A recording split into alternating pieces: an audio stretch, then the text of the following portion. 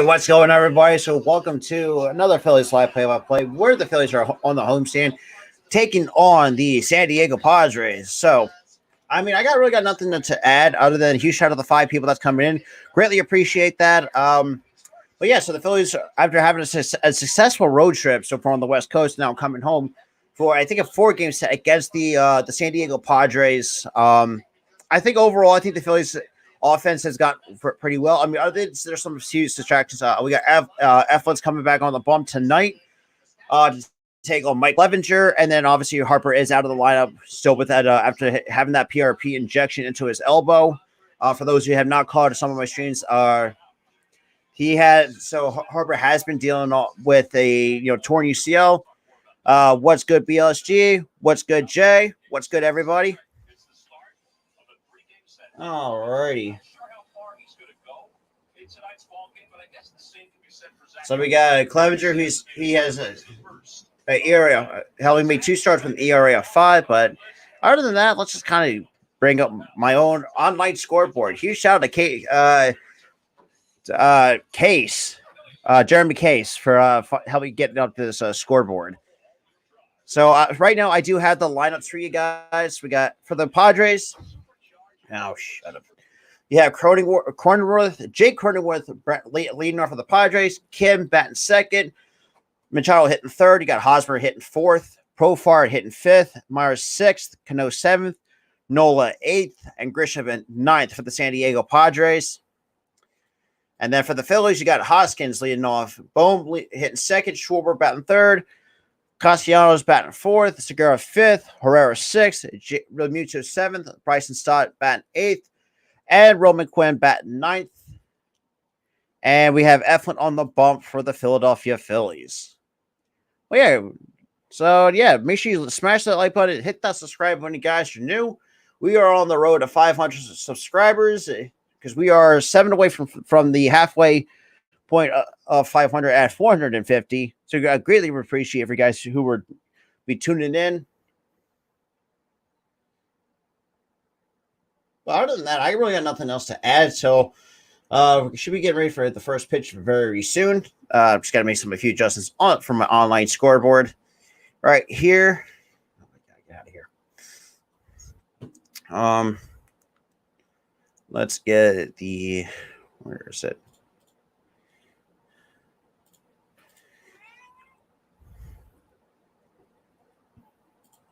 All right. Hang on. Give me a second, guys.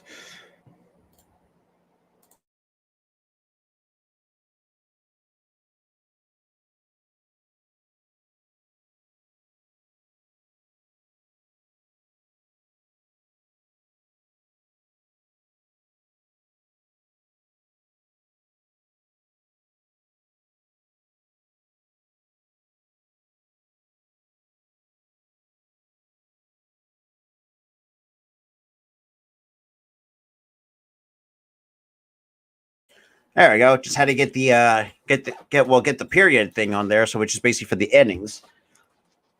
Yeah, so I'll pretty much like doing the score, all that stuff here. If you guys will ever do like live play-by-plays, go to scorecount.com. You can definitely customize your own. All that good stuff. At least have your own scoreboard and stuff like that instead of having to do it. If you're doing it on the streaming service like I am. But other than that, I got really nothing else to add.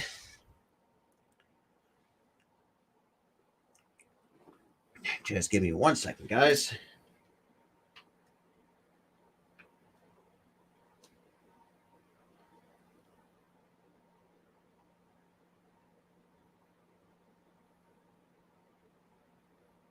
Yeah, right.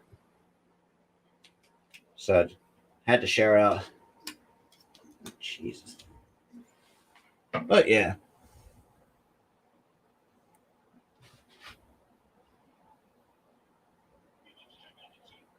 Still going. Oh, that's right. The also Phillies did add the. Yeah, I appreciate Argue for tuning in. Great, huge shout out to 6 people coming from YouTube. Greatly appreciate that. So the Phillies actually added had their bell logo into the grass and center field, which is really good to see. So far, right now it's sunny at 77 degrees. Winds coming from 16 miles an hour. All right, so we're getting ready to go underway here. So for those of you who have not seen the lineup, I do have them on screen via this scorecount.com scoreboard. So at least I don't have to. We'll be forgetting for you guys. 1 second.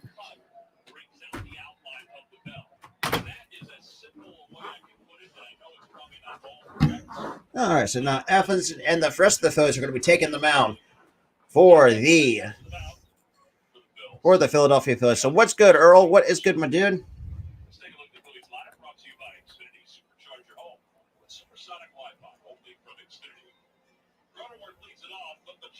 Obviously the key to this whole lineup. So he has 1.290.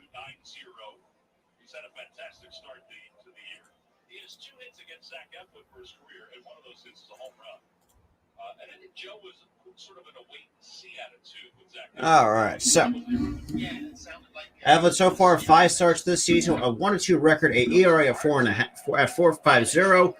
In 24 innings pitched, with given up 5 walks, struck out 18, has given up a home run, and has an opposition average of 274. So, hey, huge shout out to the 8 people coming in, though. Greatly appreciate that. Greatly appreciate for those who are tuning in. So,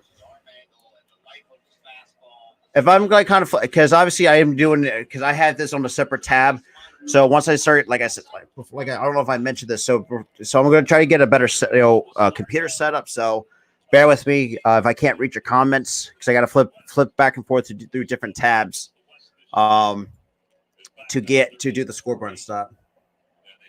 All right, so looks like we're getting ready to start underway.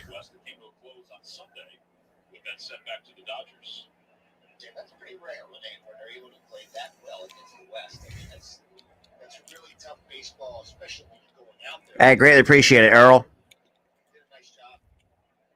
And the first pitch to Cronenworth isn't there for a called strike at 94 from Zach Eflin. Let me fix my tripod here. So Cronenworth this year hitting 205 with 2 home runs and 15 RBIs and the 0-1 pitch. And Cronenworth fouls it off for strike 2. I have not, but I greatly appreciate it, Earl.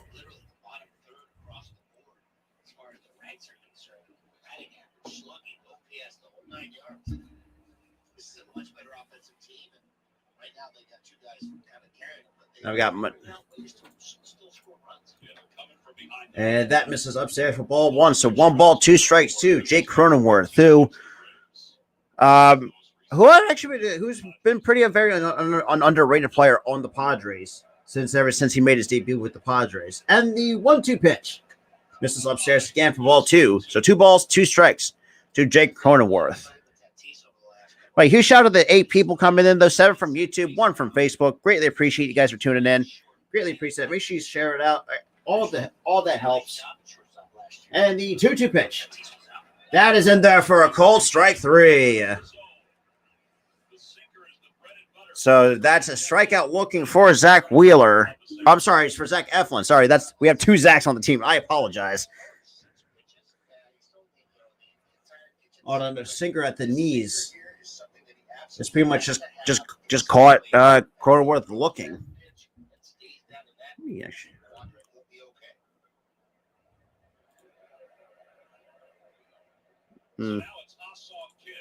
Now we got Ha-Sung Kim and the first pitch.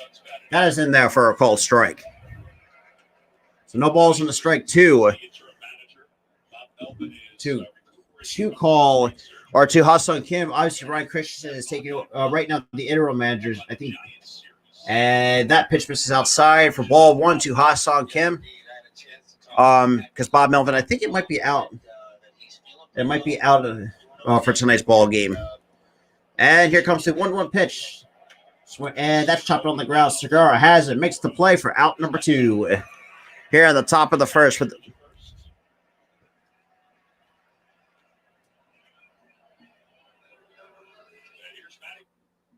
Hang on.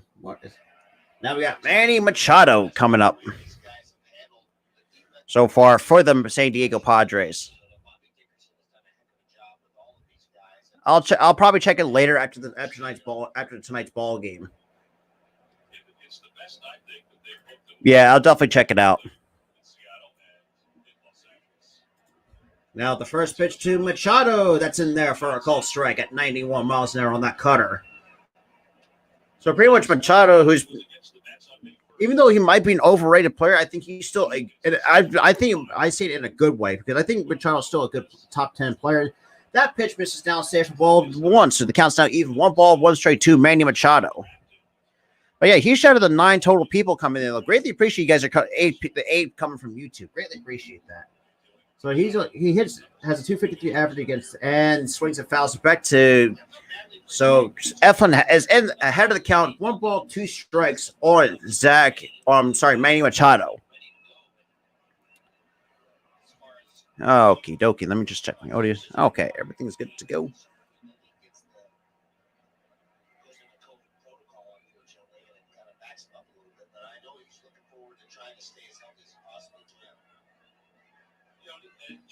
So the count's now 1 ball, 2 strikes on Manny Machado.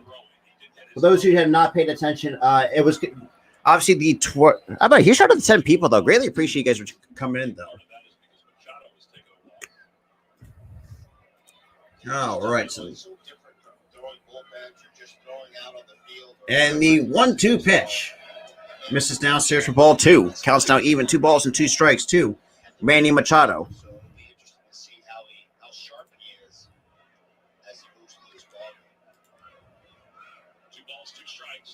And the 2-2 pitch. That is in there for a called strike 3. To the bottom of the first we go after two strikeouts, and Machado is not having it with the home plate umpire. And let's be real, that was on the outside corner, so I don't know why you're complaining on a pitcher's pitch right there. So that's an easy top of the first for Zach Eflin, who is coming back from the COVID IL. I think it is. Wait, he shot at BLSG. Who shot at the R Cube? That's in the chat. Jay, greatly appreciate you tuning in. Greatly appreciate that as well. For those who are new coming in, definitely share this out. Like my buddy Mitch always says too, like because we out here basically. I hope we got.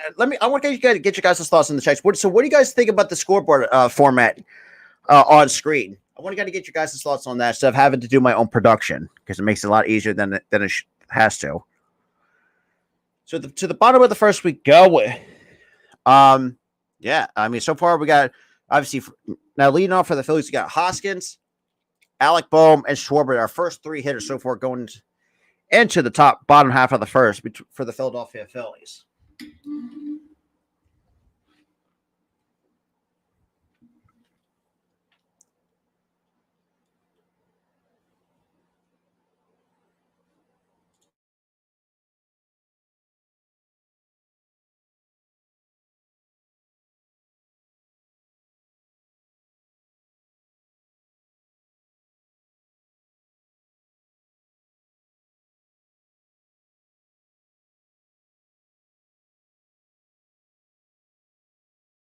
All right.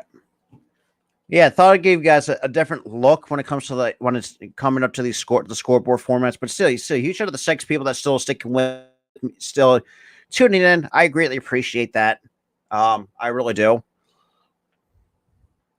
Yeah, which is funny because I tuned into Jeremy Case's stream because he's, for those who don't know, Jeremy Case is all things Denver related sports. So, Rockies and the Nuggets and stuff like that.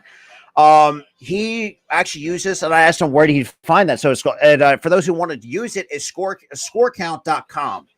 And that's pretty much where you can actually have your own customizable on-screen scoreboard instead of having to do your own production. So right now, Segura has a 12-game hit streak going. Now with Clevenger, third start of the year with a 0-0 record, a ERA of 5 and 9 innings pitched. And the first pitch to Hoskins is in there for a called strike. So no balls in the strike 2, Rhys Hoskins.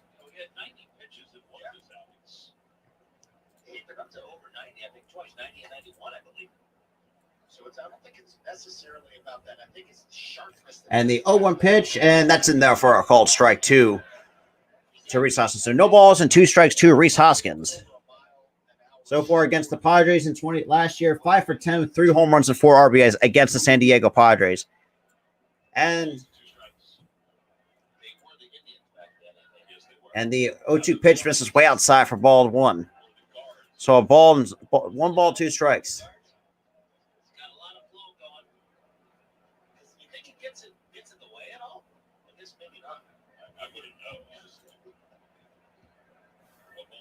And the 1-2 pitch.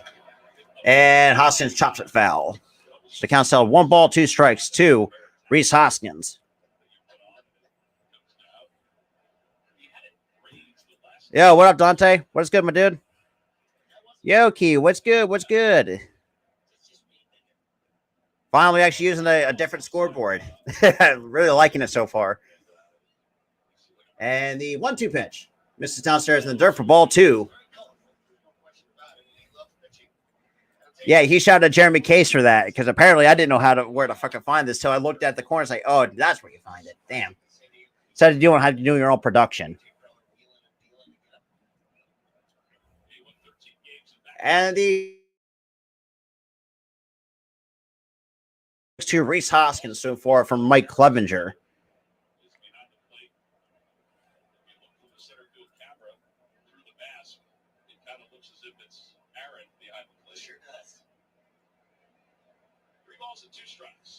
And Hoskins stays alive by chopping that ball foul to stay alive.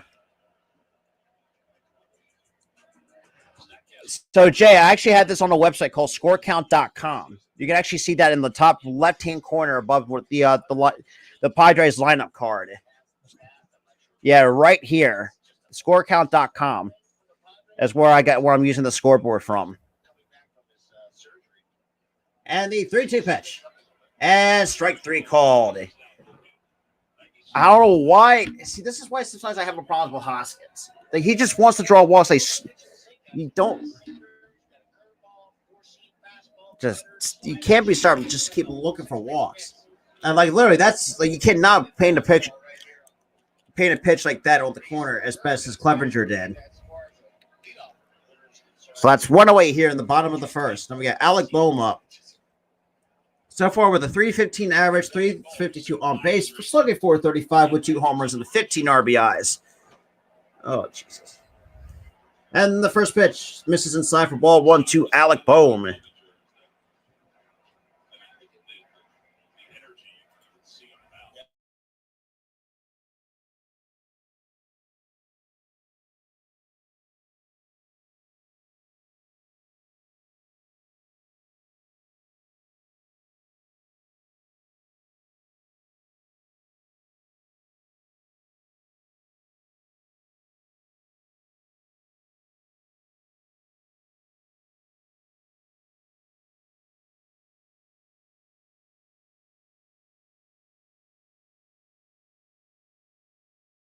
Oh, hello.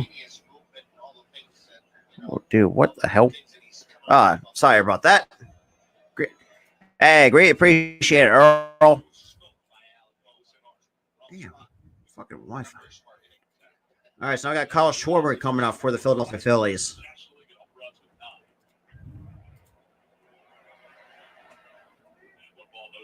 And that misses for ball 1.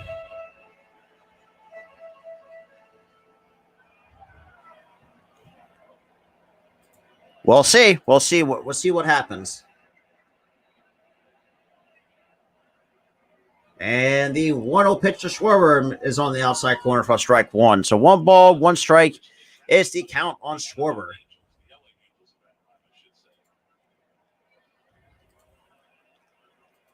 I might have to start doing the scoreboard a lot more, especially for Sixers games going into the next year. And also Eagles games too, that I'm going to be calling very soon as well. And join me on Saturday, the 21st, when I call my 3rd Philadelphia Stars game live on this channel. And the 1-1 pitch. That's swung on the miss, strike 2 by Kyle Schwarber.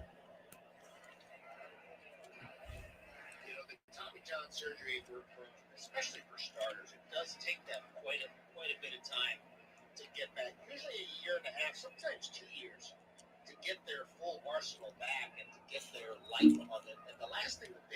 And the 1-2 pitch. Swing and a miss, strike 3. To the top of the second, we go here. So both pitchers have started with 2 strikeouts apiece so far in today's ball game.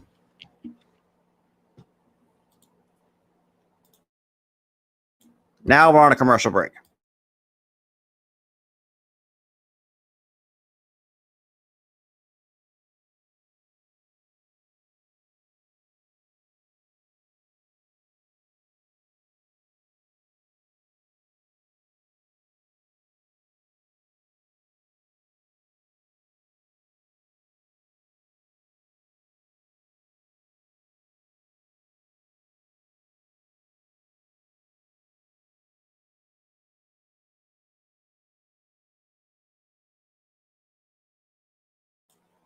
Yeah, definitely much. Jay, I unfortunately I have not found that option. But I'll try to be as I usually just do like the balls and strikes myself. Um, maybe actually that's a good point. Let me try. Let me figure out something here. Uh, I mean, right now the timeouts I could probably it's the best I can do right now, unfortunately. So, oh, reset the. Damn it. Okay. So yeah, so I'm pretty much going to be using okay. So the timeouts I'm pretty much going to be doing to at least be it better be a better option to that. Yeah. So that's what I got so far. But yeah, he showed the 5 people that's coming in here. I greatly appreciate that. Yeah. So these 6 little dots right here, right between where that second Oh, hang on a second. Oh, let me get the damn labels out here. Okay, we got balls. Nope, not the timer. Labels. And that is in there. Misses for ball 1.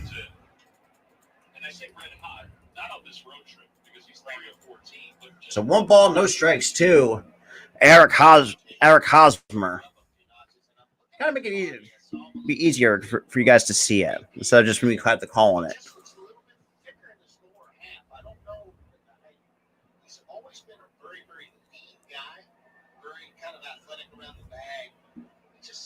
And for those of you who have not seen the lineup card, so the 11th spot on the lineup card is where I had today's starting pitchers. You'll see me again for Game 3 of this series on Thursday. And the 1-0 pitch misses for ball 2. So 2 balls and a strike to Eric Hosmer.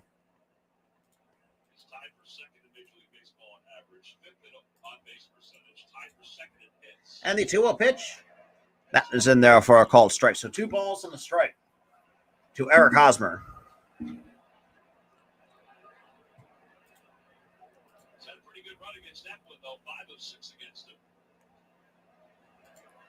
And the 2-1 pitch, that is in there for a called strike. Oh, damn it.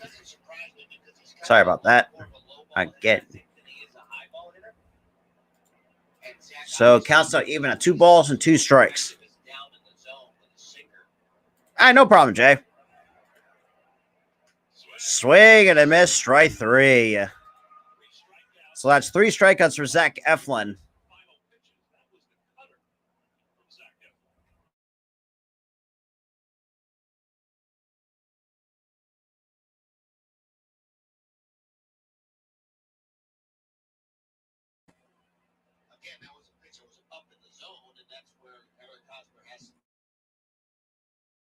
Now we got Jerickson Profar, the number 5 hitter. Oh, come damn. He's one of 3 hitters. His batting average is under 2.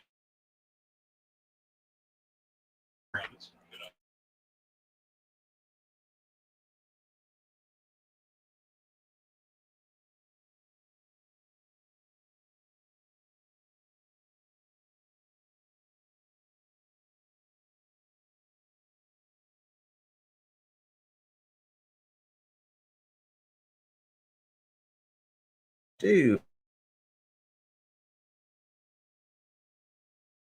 I apologize for that. And the 2-0 pitch.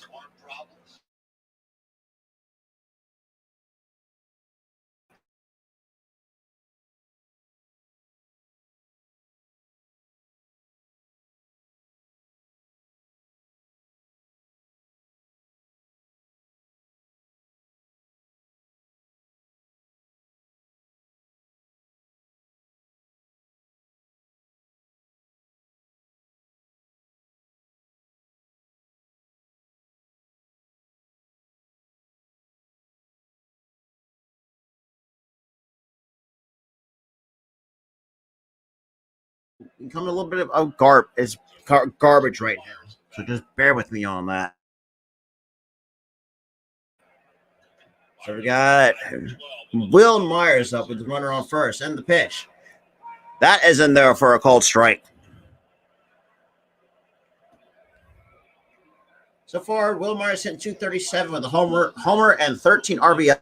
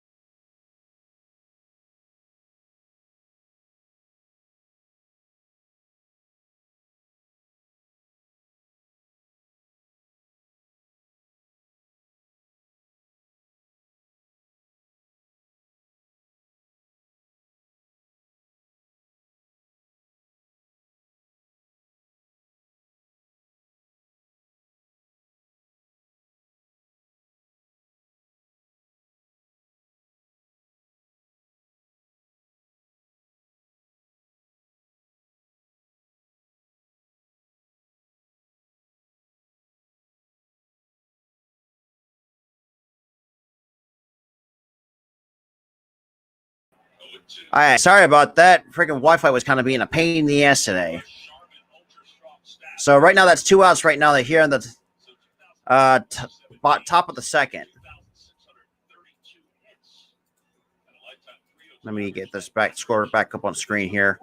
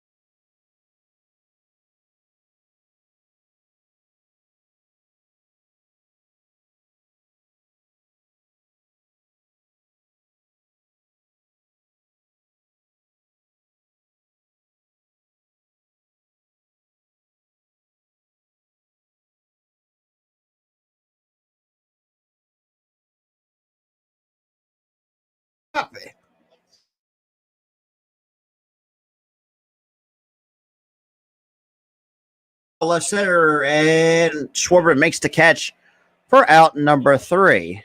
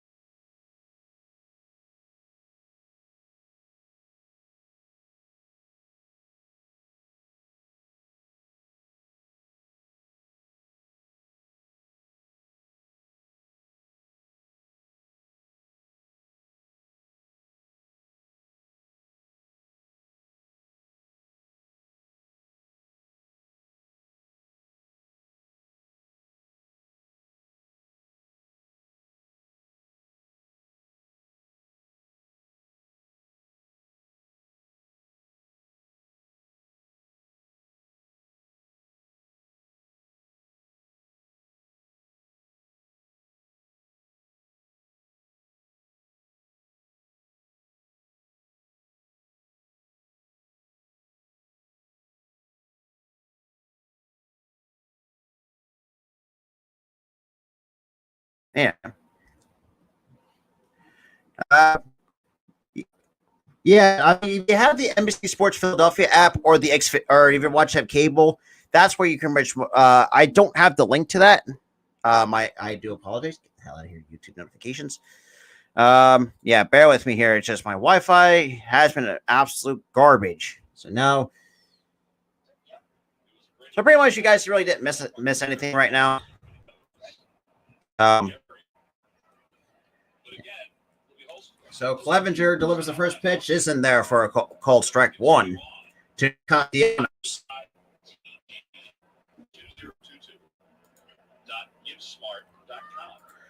Yeah, unfortunately, I don't think I had the link to that. If you have the NBC Sports Philadelphia app, that's pretty much where you're going to find it.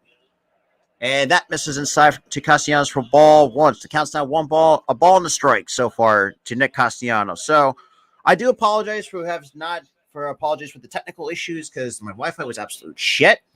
So I do apologize for that. And and that is in there for a called strike to Nick Castellanos. So 1 ball, 2 strikes from Mike Clevenger. But yeah, here's shout out to the 5 people that's still sticking with me. I do, like I said, I apologize for the technical issues.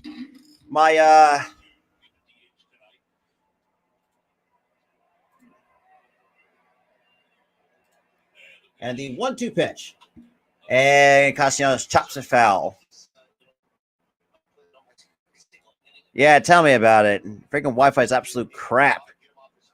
Especially I'm doing it in my bedroom. But huge shout out to the 7 people, though. Greatly appreciate you guys are tuning in. Greatly appreciate that as well. So the count is still 1 ball, 2 strikes to Nick Castellanos.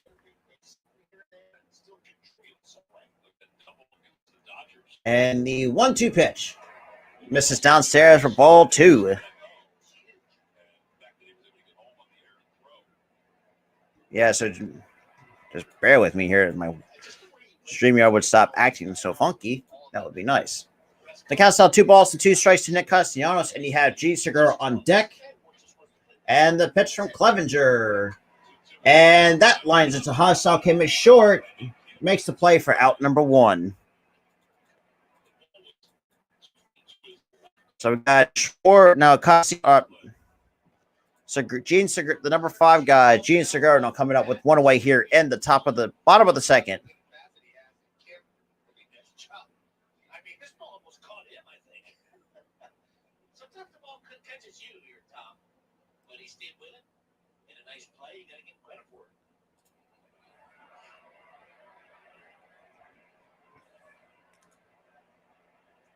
And the first pitch to Segura. This is way upstairs, ball one.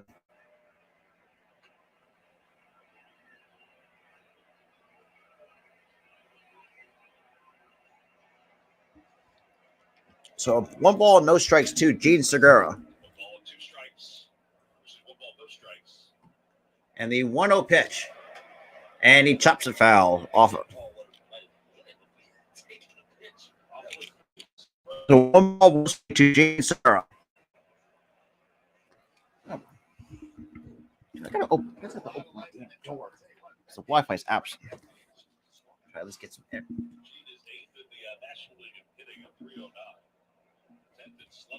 And the 1-1 pitch, and he chops a foul for strike 2. I don't know why that surprised me. I just thought he would have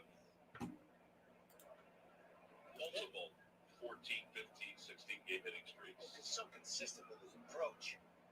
And he just figures out ways to get the barrel to the ball. And we got Odubel Herrera on deck, the number 6 hitter. So far with 1 away here in the bottom of the second. 1-2. And the 1-2 pitch. And that's off the glove of Machado, and that should be at least I think that should be at E5.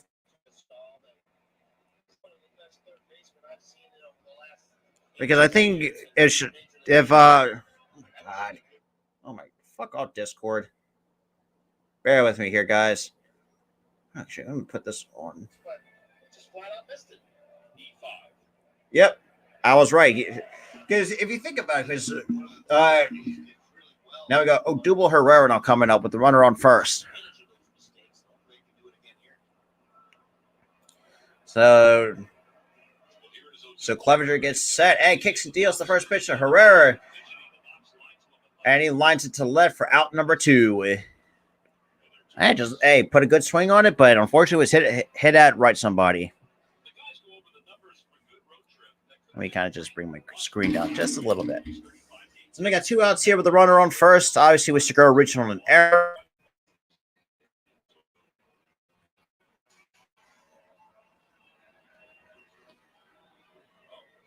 Now we got JT coming up, the number 7 hitter, with 2 away here in the bottom of the second.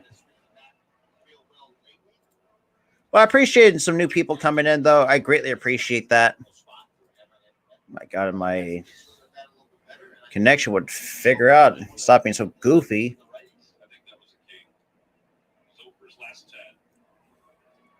And the first pitch to GT, that's outside for ball 1.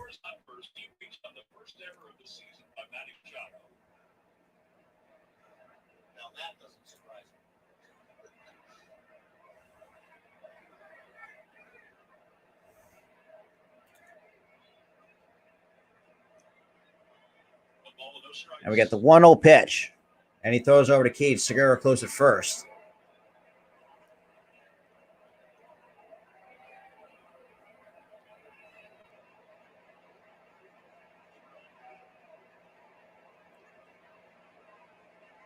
Counts down 1 ball, no strikes to JD.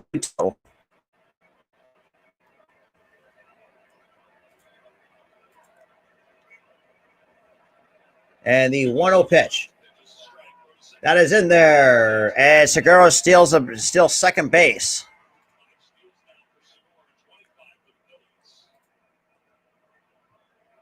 You will see the Phillies do this quite often, especially with 2 outs, try to get that guy from scoring position. He basically takes his bag off of Clevenger. Clevenger's very long and deliberate to the plate with a big leg kick. And I mean, Austin Noel made a pretty good throw, a good release, and made it a close play. But nice job by Gene Segura getting himself in the scoring position.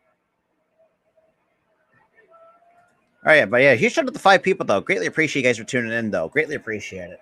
So we got Segura on second after he stole off a Clevenger slow delivery to the plate.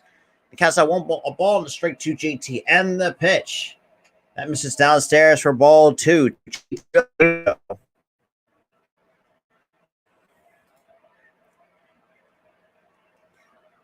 one of the things they did very well on the West Coast also was getting that 2-out base hit. That's what championship teams do. They did the 2-out RBIs, the 2-out base hits, the big base hits, so they give. All right, so we got 2 balls on a strike, 2 JT Realmuto, and the pitch. And he chops it to the Hassan Kim, makes the play, and that is out number 3. And the side is retired. So top of the third we go with this game still scoreless at 0-0.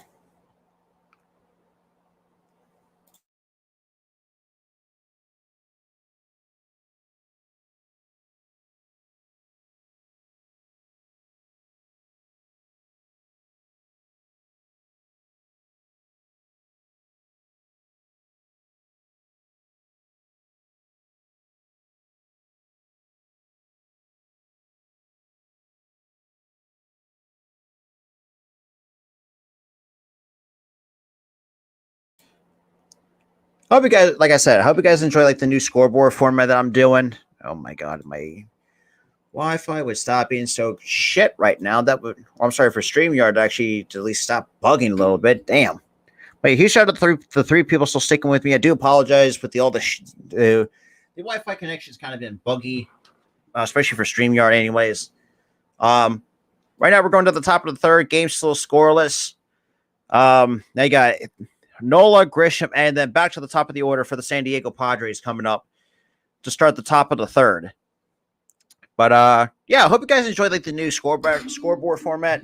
If you guys like to see more of these, I will definitely would do use the scoreboard a lot more often. Might do that with the USFL on Saturday at 1:00 on the Eastern time.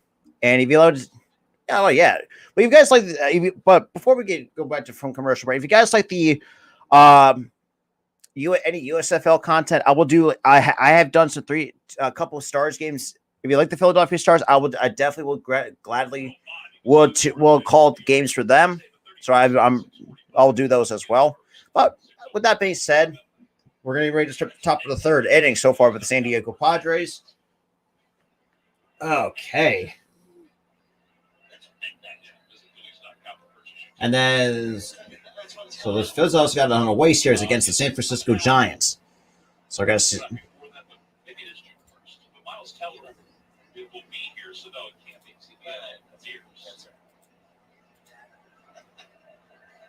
Okay. So right now the Dodgers lead the West at 23-12, and the Padres are a game behind the Dodgers at 22-13. They got San Francisco at 21-14, Arizona at 18-19, and Colorado, who is 17-18 in the NL West. And that is in there for a called strike to Austin Nola, the older brother of Aaron Nola, who is hitting 215 average, slugging, and has an on-base percentage of 280, and he chops it to the left side. Stott makes the play for out number 1. So 1 away here in the top of the third for the San Diego Padres. Let me fix my camera angle. There we go.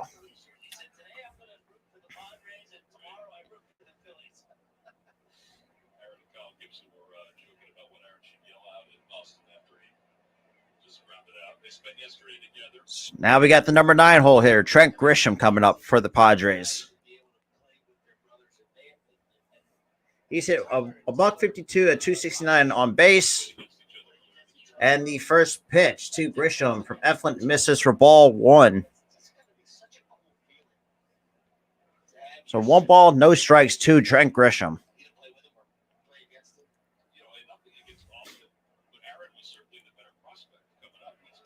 And that is in there for a called strike on the inside corner. So 1 ball, 1 strike to Trent Grisham.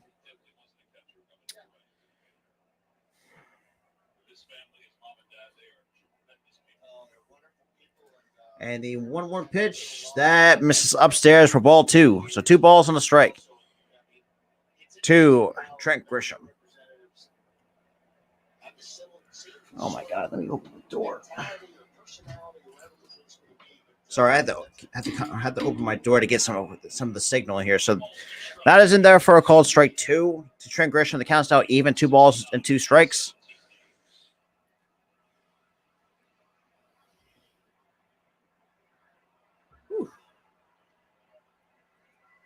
And Eflin kicks and deals a 2-2 pitch.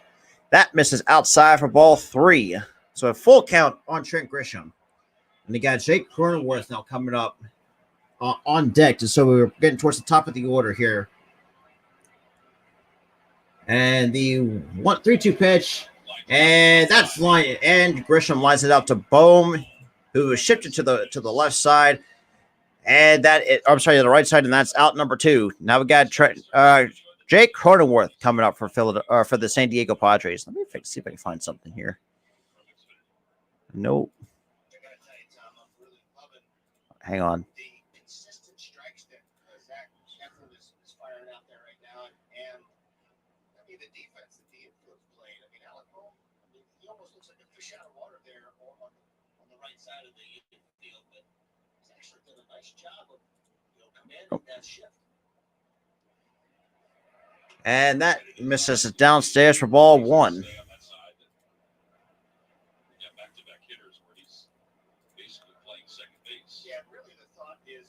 So far, 0 for 1 with the strikeout for Jake Cronenworth. And that is in there for a called strike 1 to Jake Cronenworth, and the count's now even 1 ball, 1 strike.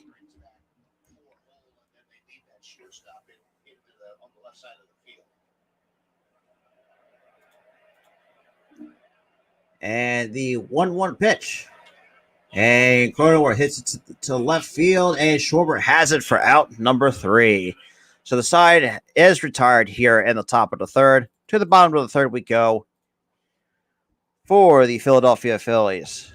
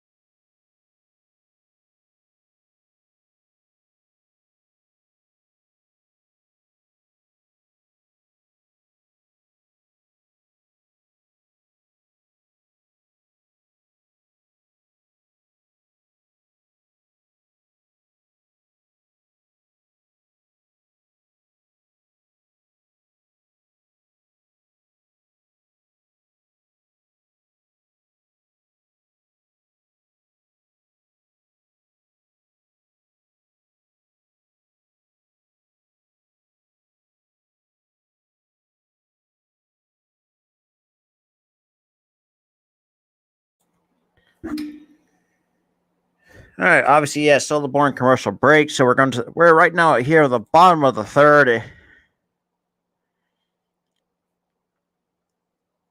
with the Phillies coming up. And then we got Stott, Quinn, I think, at the top of the order coming up for Philadelphia. Nope, that's not what I meant to do. Wrong button. Apologize for that. I meant to mute it because, make sure no copyright sounds are in there. Okay. So to the bottom of the 3rd we go.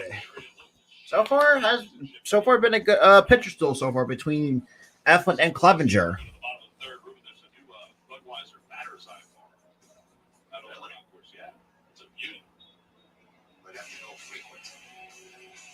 Monday night, the Phillies recognized the class of 2022 Urban Youth Academy players at the National Letter of Intent signing night at the Diamond Club. The Phillies Urban Youth Academy seniors signed letters of intent to play college baseball and softball at signing night.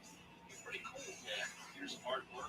Okie dokie. So to the bottom of the 3rd, and the first pitch to Stott is in there for a called strike from Mike Clevenger. He is the development director of the Phillies Youth Baseball and Softball program. The Phillies Urban Youth Academy provides free year-round instruction to players in Philadelphia. And the 0-1 pitch.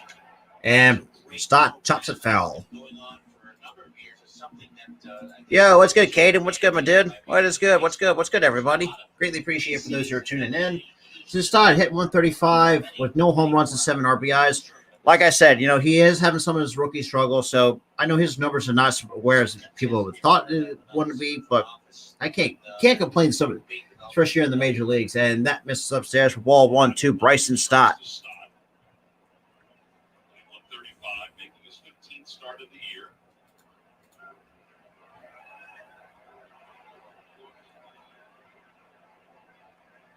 And Clevenger kicks and deals the 1-2 pitch. That misses down to the dirt for ball 2. 2 balls and 2 strikes to Bryson Stott.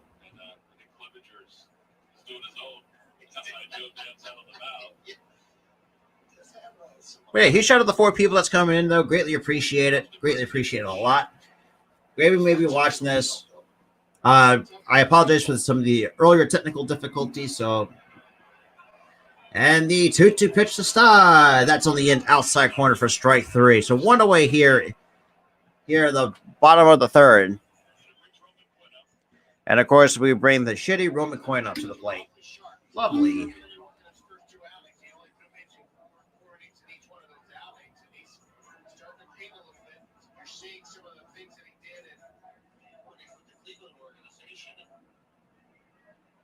So Quinn right now hitting a $158, 200 on base, slugging a 158 as well with a no homers and an RBI. And that pitch is in there for a called strike. I don't know what these fellas are doing, just looking at hittable pitches right down the fucking middle.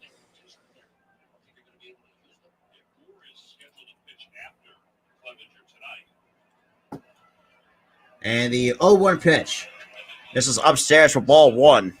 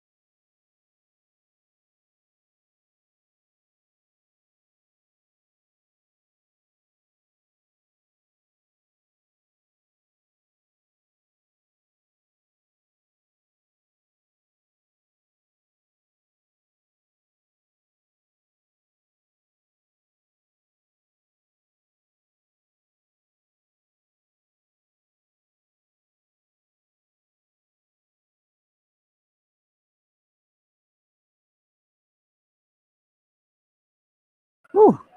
Sorry about that. Again, Wi-Fi cut out. Oh, I hate that. So I apologize. Let me get the scoreboard back up on the screen right now.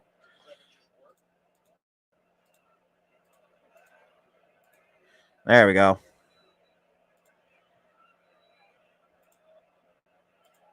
All right, so the count's still... Okay, now they didn't call that a ball. Damn it. So ball 2 strikes, and Quinn still chops it foul. MLB.tv is 50% off for a limited time only. Stream out-of-market regular season games live or on demand.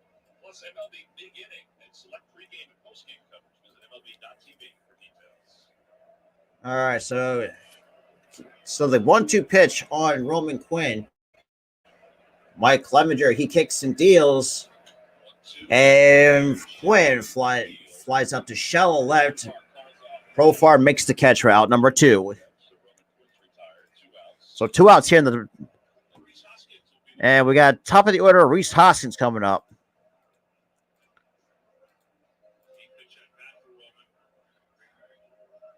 Hey, he shouted out the 4 people that's coming in, though. Greatly appreciate that. So I apologize with the way that my technical issues has been kind of going on. So bear with me on that.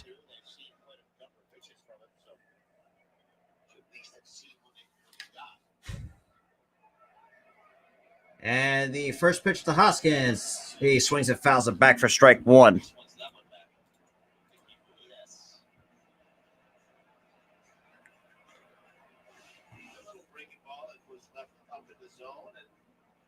And just Hoskins just missed it on the hanging breaking ball.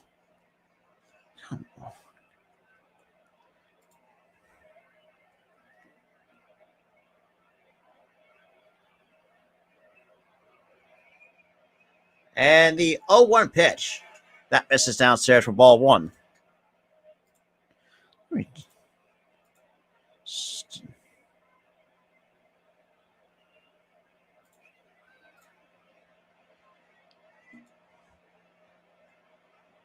And Clevenger, being fidgety, delivers the 1-1 pitch to Hoskins. That's downstairs for ball two.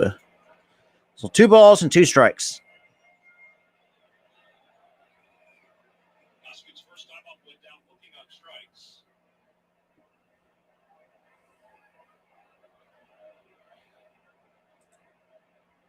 Two balls, one strike. And Hoskins chops it on the ground to Ha-Seong Kim. And he makes the play for out number 3. So side is retired. Going into the top of the 4th. Still 0-0.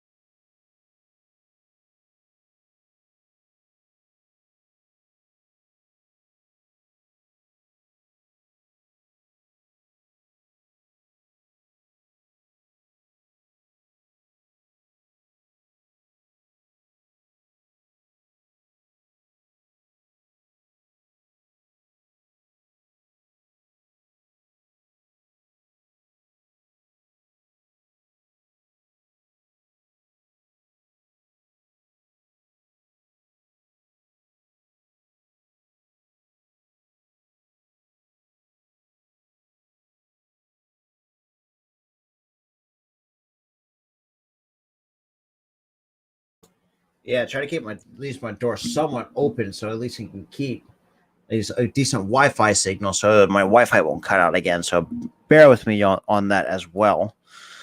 So, but huge shout out still to the 2 people still sticking with me. I greatly appreciate that as well.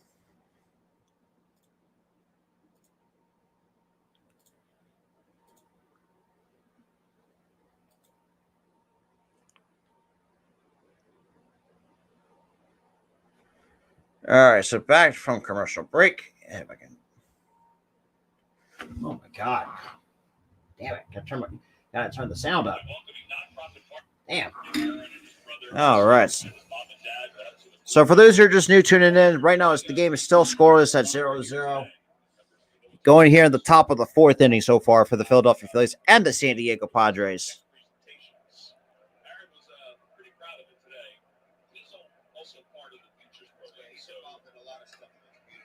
And Bohm makes the first play on the first pitch. 1 away here in the top of the 4th from Zach Eflin.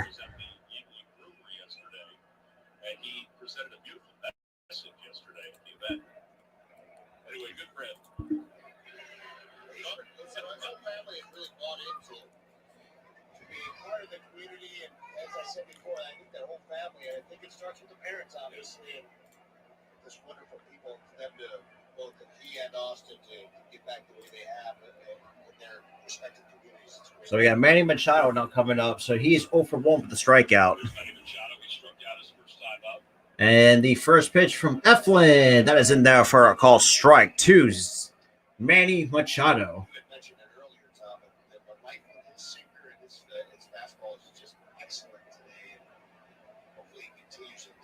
And the 0-1 pitch. And Machado pops it foul for strike 2. So Zach Eflin is ahead of the count. 1 ball, 2 strikes.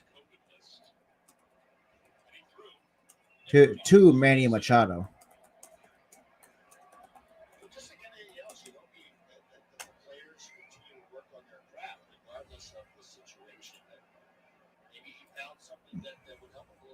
And the 0-2 pitch misses downstairs for ball 1. So a ball and 2 strikes to Manny Machado.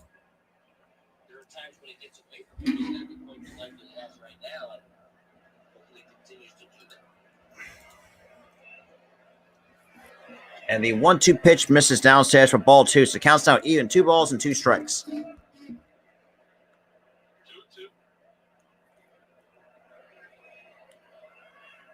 We got Eric Hosmer on deck, and he's 0 for 1 with a strikeout.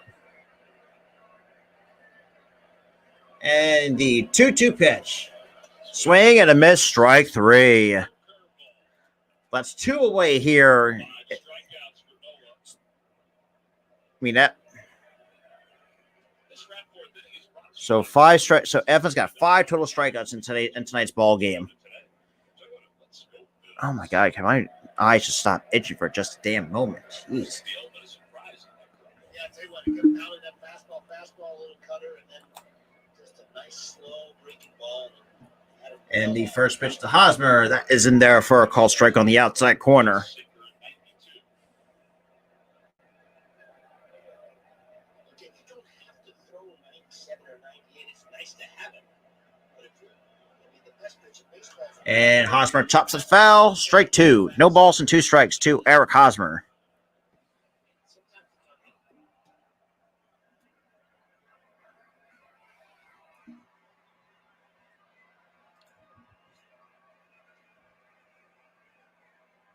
And the 0-2 pitch. And Hosmer chops it foul to stay alive in the count.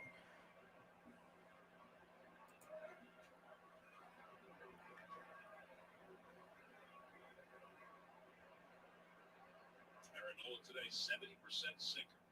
Excuse me, Zach Eflin today, 70% sinker. I was about to say, because the broadcasters are getting his name. So much about Aaron Nola. So, Get Aaron Nola. and the 0-2 pitch misses a bit inside for ball 1. So close enough to almost lock up Eric Hosmer for strike 3.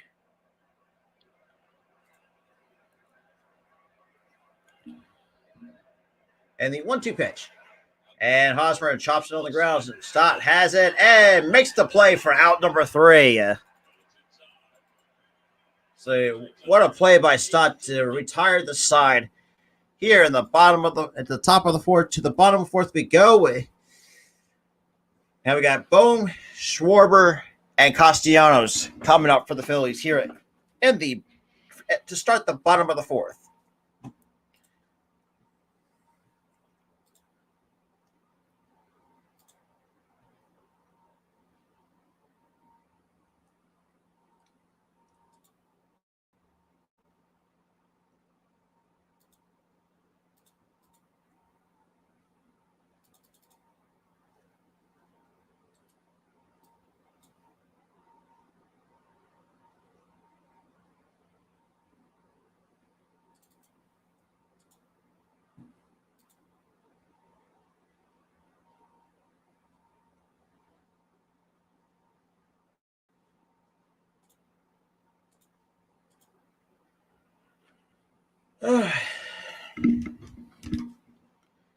Make sure everything is good to go. Audio, boom. Okie dokie.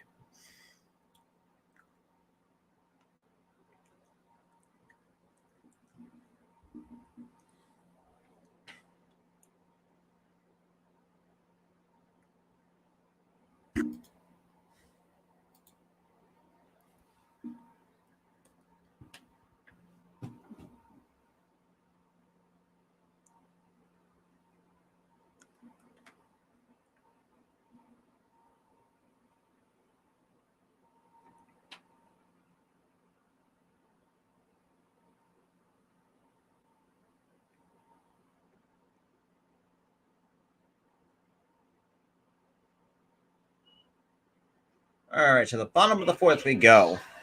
So far in today's ball game. Hey, he shouted the 4 people that's coming in, though. Greatly appreciate that. Make sure you smash that like button, whether you're coming from YouTube or Facebook. And definitely hit that subscribe button if you guys are new. And make sure to have that notification bell turned on. So you guys will not miss any new content coming up onto the channel. So we got Alec Bohm now leading off here in the bottom of the 4th. Where the Phillies are still scoreless.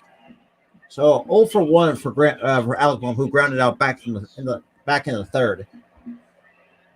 And the pitch. This is inside for ball 1 from Mike Clevenger. So 1 ball, no strikes to Alec Bohm.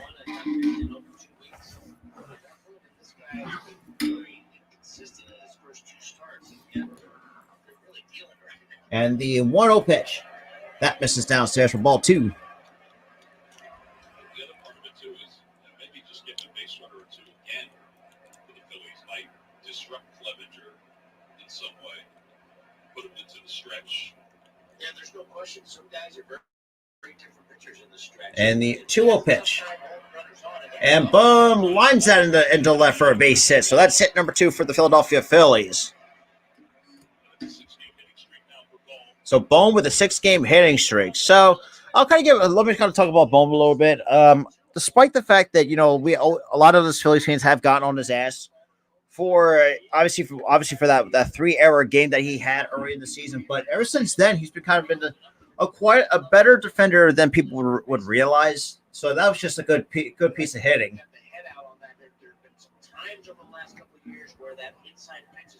Now we got Kyle Schwarber now coming up. And he is 0 for 1. And the pitch. That is in there for a called strike at 88 miles an hour on that changeup from Mike Clevenger.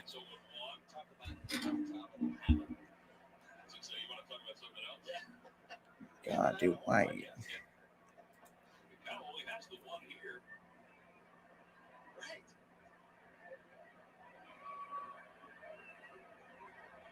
And we got the no balls and a strike.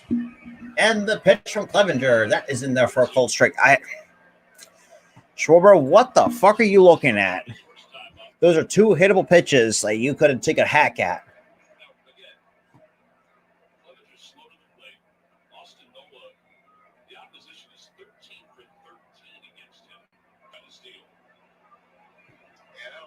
And the count's down, no balls and 2 strikes to Kyle Schwarber. And the 0-2 pitch misses inside for ball 1 to Kyle Schwarber.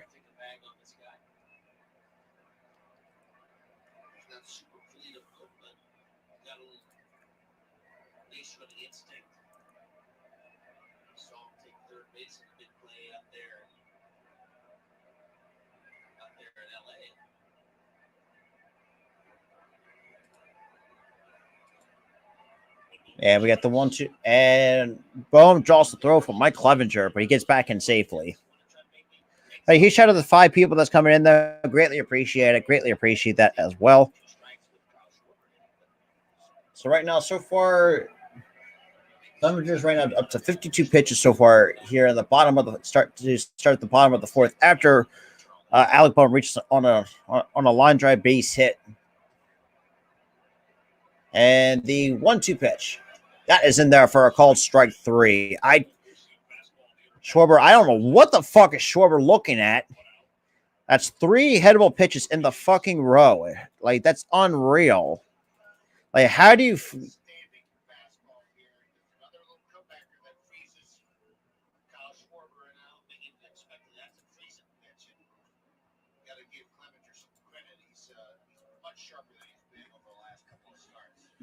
Now we got Nick Castellanos now coming up to the plate after Schwarber just took 3 hit, other than the first ball, which is a breakable outside, but 3 hittable pitches right in the fucking strike zone.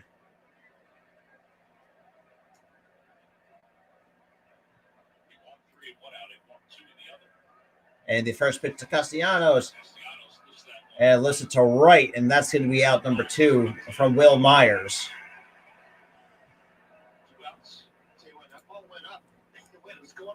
Center, you see the wind blowing. It blew all the way back to straight right field. There's going to be a lot of action if the ball gets up into the air. Join us for a fantastic interleague matchup against Shohei Ohtani, Mike Trout, and the Angels. Friday, June 3rd at 7:05 is ALS Awareness Night. Saturday, June 4th, it's Fanatic About Reading Night, presented by Xfinity. All children never receive a Fanatic children's book. Sunday, June 5th at 1:35, we'll wrap up that series. We'll join the Phillies, maybe the and the first pitch is Segura. That's in there for a called strike 1. Oh, my God.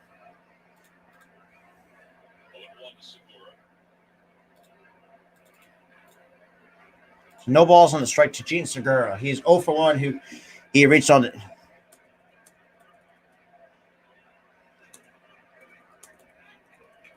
And Bohm draws another throw from Mike Clevenger.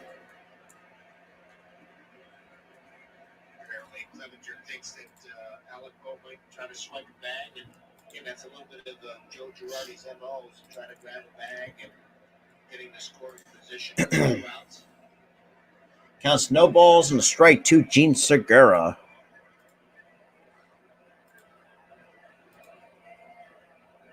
And the pitch. That somehow misses in the strike zone for ball 1. Okay. It counts 1 ball and a ball and a strike to Gene Segura.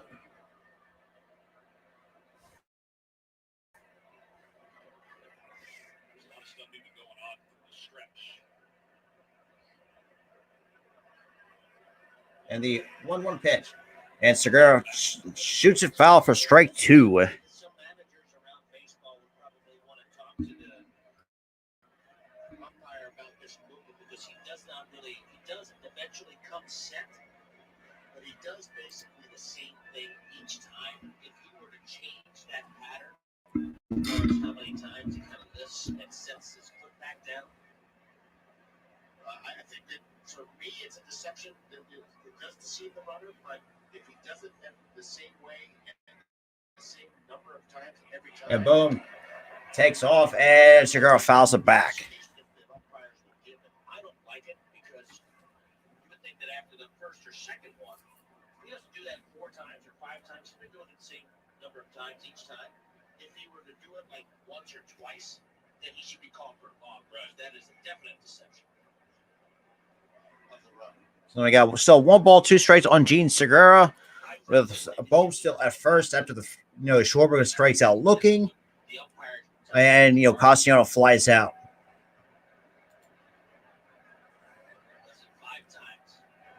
And Bohm draws the throw from Clevenger. Where he picks up his foot and lays it back down. And again, I don't think that's right. I know if I was a base stealer, I'd be complaining right now. Or if you were a coach, would you complain just to see what they say? I think they may have already talked to Jim. A lot of times umpires either talk to the first base coach or will tell the manager, and that may have been part of the discussion. And Bohm draws another throw from Clevenger. They're kind of just talking about Clevenger trying to come set because he's takes 1 too many steps. Obviously, pick up his foot because if you're coming from the stretch, at least you just pick your foot up and come set with it. But with Clevenger, he just constantly does it multiple times because at some point, they're going to at least for me, otherwise from a pitcher perspective, at least I would call a balk at more times than not. Maybe that's just me because for me, I just want to try to keep everything smooth and going. And the 1-2 pitch. And Segura strikes out. Are you fucking kidding me? On the pitch that was nowhere near the strike zone. So the top of the 5th, we go after the commercial break. All righty. But a huge shout out to the 8 people that's coming in here. Greatly appreciate that as well. So just bear with me if I'm not moving on your screens because obviously, the internet connection is not the greatest right now, especially where my setup is. Other than that, the Phillies go down with 3 straight strikeouts. Unfortunately, I'm sorry, 2 because Castellanos flied out. For me, at this point, I would just if I'm Kevin Long, I would be talking to Schwarber like basically ask him what the fuck are you looking at? I don't understand what the approach is going up to their at bats. I really don't know at this point. I don't know. It's fucking ridiculous.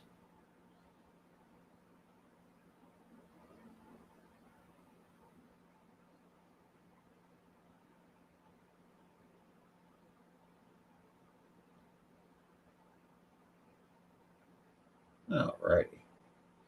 Well, other than that, that's just kind of what my gripe is a little bit so far. All righty.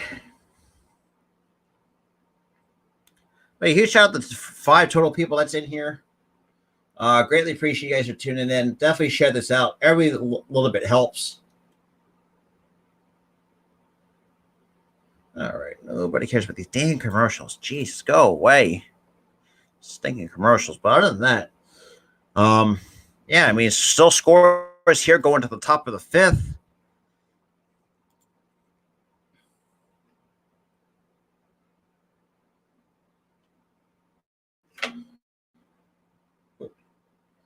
Oh, right. 62's Weather Education Day at Citizens Bank Mark is back up Thursday.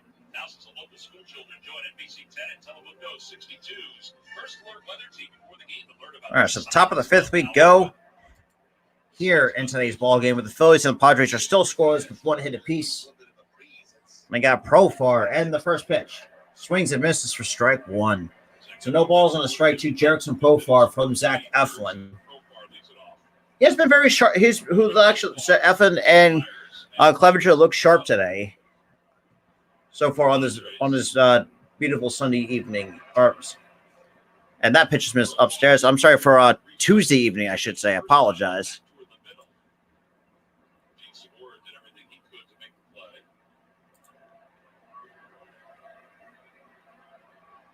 And the 1-1 pitch, swing and a miss, strike two.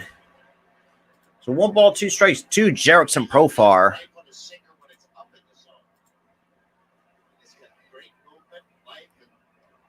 Got a slight breeze coming from left to right.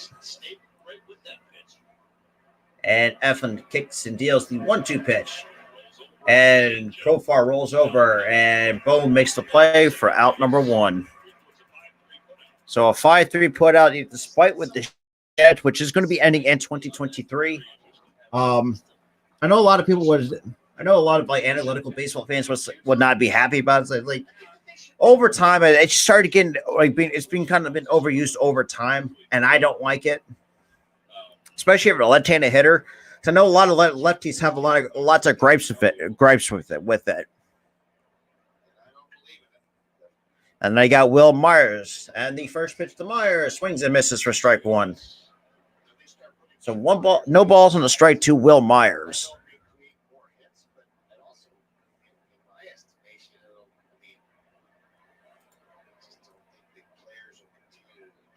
And the 0-1 pitch. That hits the top part of the zone for strike two. So basically, Eflin got away with the hanging curveball at the top of the zone for strike two.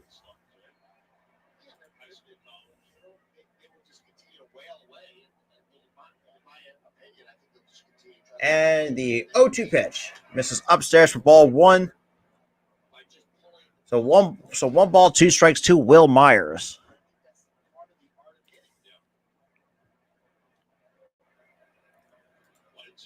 And here comes the 1-2 pitch. And Myers chops it to the right side for an open hole for a base hit. All right. So we got 1 man on.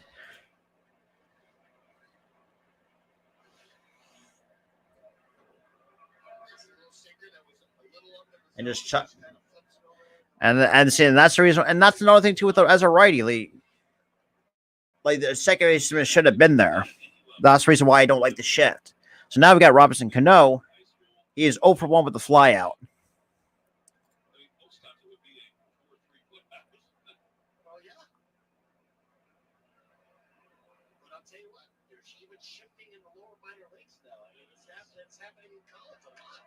And Cano hits it to right center. And Herrera can't come up with the catch. So you got first and third here. So Cano gets his first hit as a Padre. So we got 1 out, first and third. I don't understand why some outfielders are playing fucking deep. But for me, I would just play it halfway. So you play halfway, you really don't have to go as far. So pretty much that should have been out number 2 right there.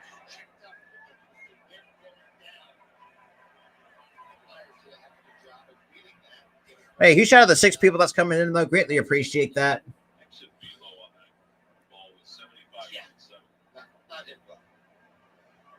And then we got Austin Nola coming up for the Padres. And the first pitch. That is in there for a called strike. So a strike. Oh, no balls on a strike to Austin Nola. a huge shout out to 7 people, actually. 2 from YouTube, 1 from Twitch, 3 from Facebook. Or, I'm sorry, now it's 6. 3 from Facebook. Greatly appreciate that. 2-out base hits. They're figuring out ways to get runs, and that's kind of winning baseball, isn't it? And the 0-1 pitch to Nola, and that's 1. So a run scores, so the Padres take a 1-0 lead on a failed double play attempt by the Phillies.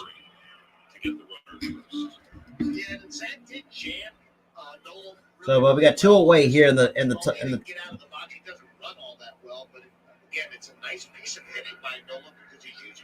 So we got 2 away here in the top of the 5th. So the Phillies down 1 to the Padres.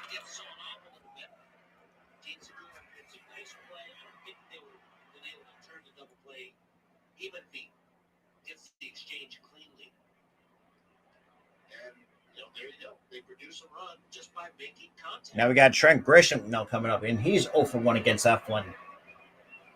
And the first pitch, that is on the outside corner for a call, strike 1. 0 for 1 with the line out. Back in the third.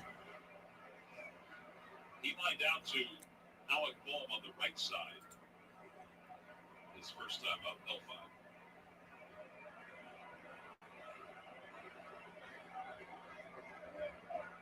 And the 0-1 pitch. And he shoots a foul for strike 2. So no balls and 2 strikes to Trent Grisham.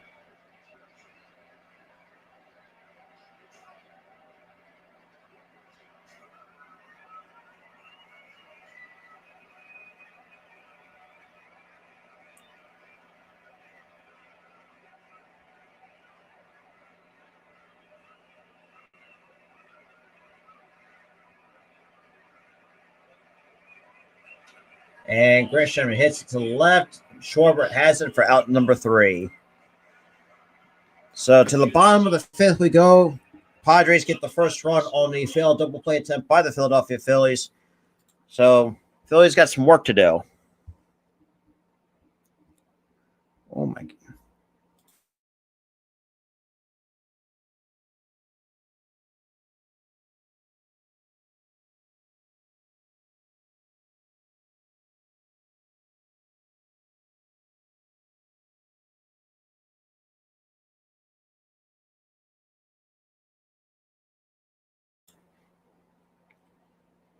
But yeah, huge shout out to the 4 people that's coming in. I'll greatly appreciate it. Greatly appreciate you guys are tuning in.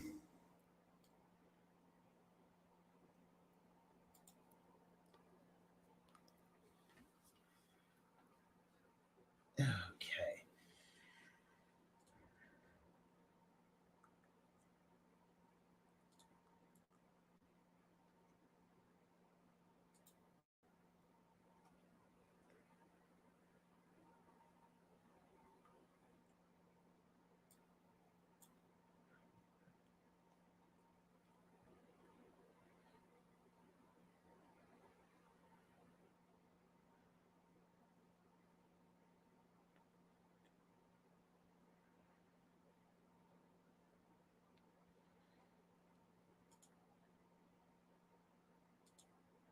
All right. Well, this is why sometimes I hate commercial breaks in sports, because it takes a lot. It's boring as fuck. So to the bottom of the 5th we go with the Phillies down 1.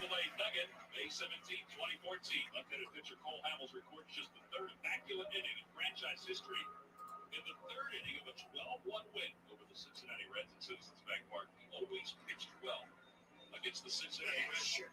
It's a team that he began his career against. They did against them in Cincinnati, if I'm not mistaken. So Mike Clevenger back on to start the bottom of the 5th with a 1-0, with his team giving him a 1-0 lead. Two-strike sinker that stays up a little bit. One mistake sort of that Zach Eflin makes. They flip a ball into right field, and a nice base running by Will Myers going first to third. And then Austin Nola gets kind of. Now we got Herrera coming up for the Phillies. And the first pitch to Herrera, that's in there for a call strike. Why It's like swing at the first pitch. Like it ain't gonna fucking kill you to put the damn ball in play. God damn. Statcast does all these calculations 18%. Well, that's because they were at the shift. And time has been called by Herrera. I mean, that's a ground ball to the second baseman if they're not in the shift. Now, I understand why they do it because of course, real percentages telling you. And the 0-1 pitch. That's in there for a called strike 2 at the knees. Like, literally, swing the fucking bat. It's not going to fucking kill you, dude. Like, damn. Give the Padres some credit because they didn't hit the ball hard, but they created a run. Especially in a tight ball game. I mean, that's how you win baseball game.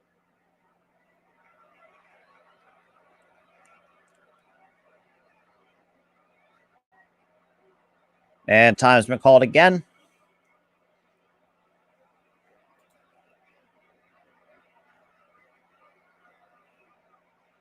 Got a couple of guys with a little action to their game here. And the 0-2 pitch. And Herrera leads it in the dirt for ball 1. So 1 ball, 2 strikes to Odubel Herrera. A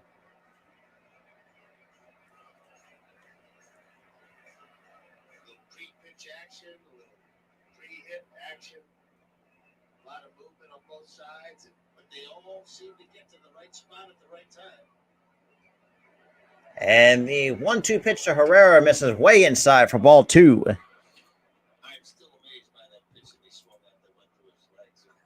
But they were in LA. It was one of the most extraordinary things I think I've seen. We want to talk swing mode. Counts up 2 balls and 2 strikes to Odubel Herrera.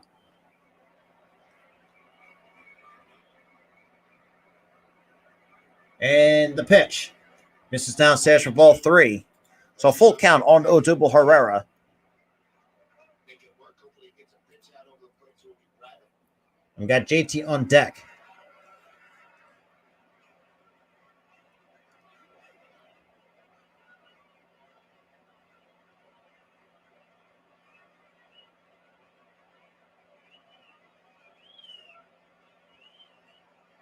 And here comes the 3-2 pitch. And Herrera pops a foul out of play. So stays alive with the count still 3 balls and 2 strikes. That was another breaking ball that he left up. He's left a few of those up. And because he's been so consistent on both sides of the plate with this hard stuff, it almost surprises the hitter sometimes. Your eyes light up. 3-2 breaking ball, and it just spun it up there right in the middle of the plate. Hey, huge shout out to the 5 people that's coming in here. 3 from my personal Facebook, 3 from my YouTube Facebook page. Greatly appreciate you guys for tuning in. And here comes the 3-2 pitch from Clevenger. And Herrera hits it to the center, and Grisham. And it looks like Grisham has it for out number 1.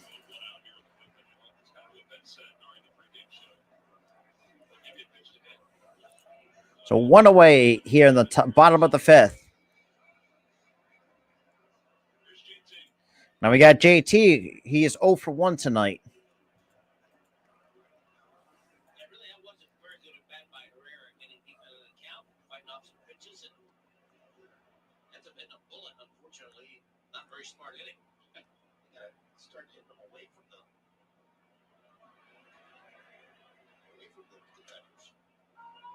And that is in there for a called strike. Joe Madden used to be a hitting coach of mine. I said, boys, we're producers, not directors.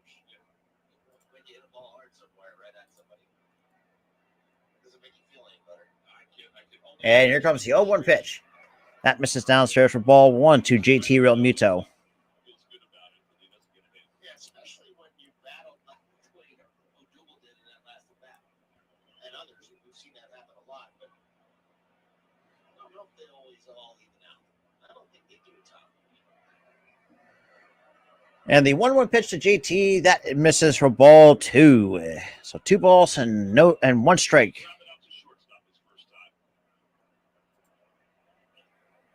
So the count's out 2 balls and a strike to JT Real Muto.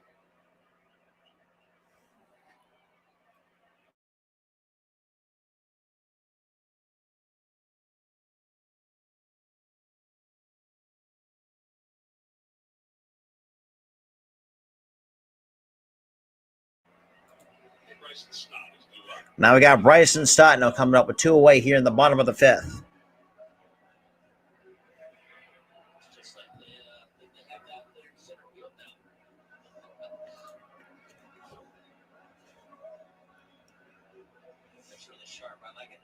We got Bryson Stott 0 for 1 with a strikeout.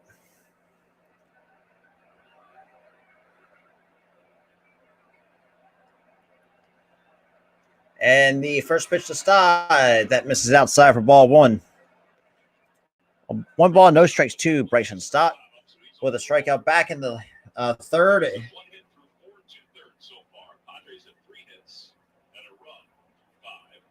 And the 1-0 pitch. And Bryson Stott swings and misses for strike 1.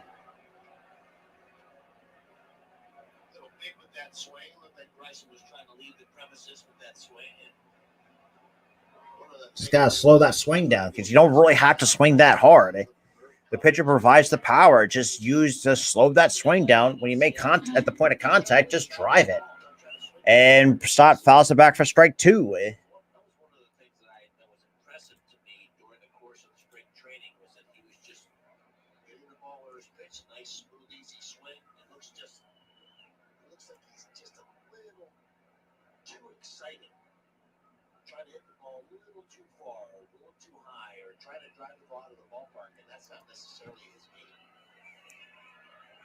And the 1-2 pitch misses outside for ball 2. So 2 balls and 2 strikes to Bryson Stott so far in today's ball games. And I got Roman Quinn on deck. Just slow it down just a touch. Because he's a pretty calm player, but he's just seems just a. And here comes the 2-2 pitch from Clevenger. And Stott. So Nola makes the catch for out number 3. So 1-2-3 goes to Phillies. Another disappointing inning for the Philadelphia Phillies. And boring commercial break we go.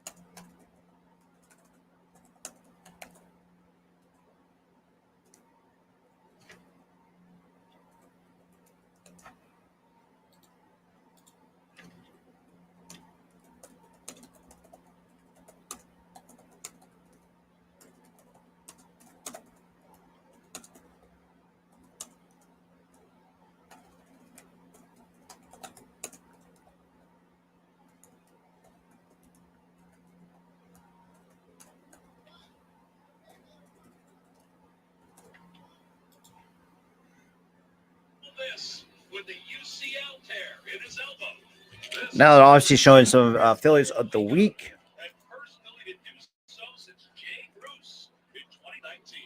That's why he's the Philly of the week. And it's brought to you by Independence Blue Cross. Top of the 6th inning, it's been a quick one so far. Now we got top of the 6th with the Phillies still down 1 to the San Diego Padres. I think the 6:45 starts are helping that out a little bit, right there. Well, I think it's also the younger crowd helping. And that is in there for a called strike from Zach Eflin to Jake Cronenworth. To the top of the order we go, and the 0-1 pitch. That misses a bit outside for ball 1. Clevenger might be done after 5, and I say that only because it looks like Mackenzie Moore is warming up in the bullpen, and they want him to start an inning. They don't want him to. And Looks like Cronenworth held up his swing, so 2 balls and a strike from Zach Eflin. Ward's really thrown the ball well for them. He's kind of the odd man out with this rotation, as we talked about earlier. They got quite a bit of depth in their rotation. And the 2-1 pitch. And Cronenworth hits it to the left. That's foul. Counts out even at 2 balls and 2 strikes.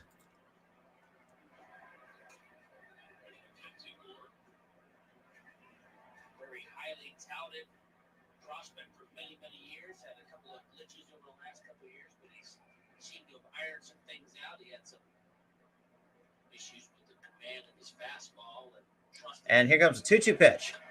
And Cronenworth hits it to shallow left center. Roman quit. And nobody can make the catch. So that's a base hit and a base hit for Jake Cronenworth. He went to get it.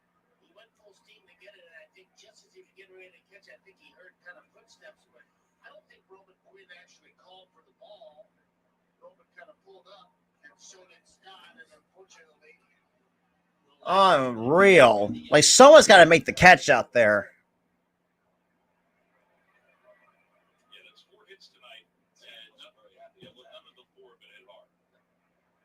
I'm sorry, but damn, like, well, somebody's got to fucking catch it. I can tell you that much. Jesus Christ. This is why Schwarber's fucking overrated and Roman Quinn is absolute fucking trash. Plain and simple.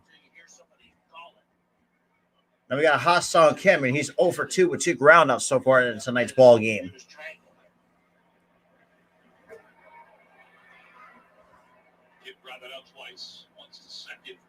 And the first pitch to Kim.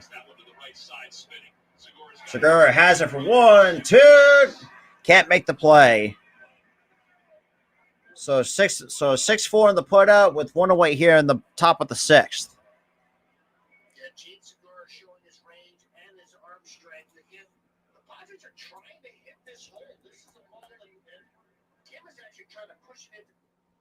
Oh, dang.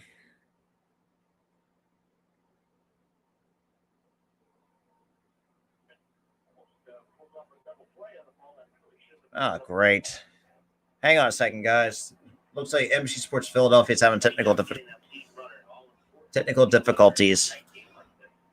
Wait, huge shout out to the 6 people that's coming in, though. Greatly appreciate that.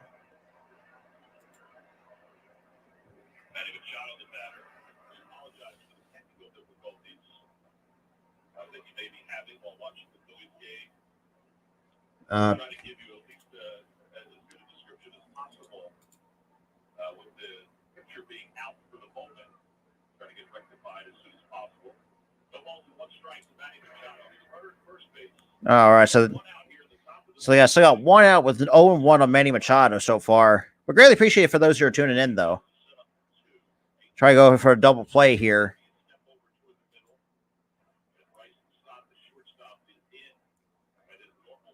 Oh, boy.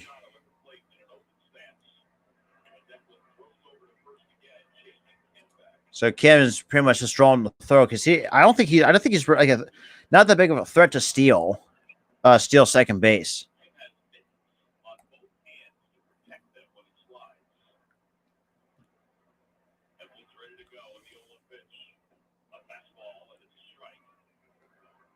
So the count's now 0-2 on Manny Machado because it's hard to call the game without with NBC Sports Philadelphia having some technical problems. So just bear with me on that. I'm trying to like, at least hear it as they call it. So apparently, and the 0-2 pitch. Yeah, how do you, bruh?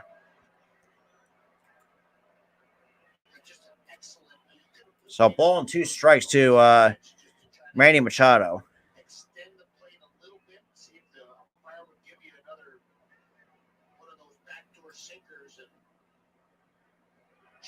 Okay.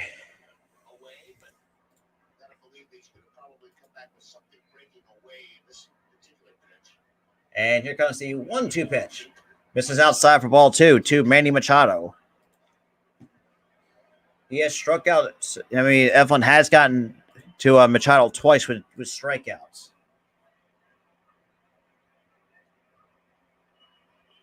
Oh, what am I doing? What the hell? So 2 balls and 2 strikes to Manny Machado. 2 balls, 2 strikes. Eflin's had 8 0-2 counts. And the 2-2 pitch. And Machado fouls it back to stay alive in the count. It's still 2 balls and 2 strikes. Eflin has to 17 of the 21 hitters he's faced. Great ratio, and that's the reason why he's having success. He's throwing strikes, keeping the ball down, keeping it out of the middle of the plate.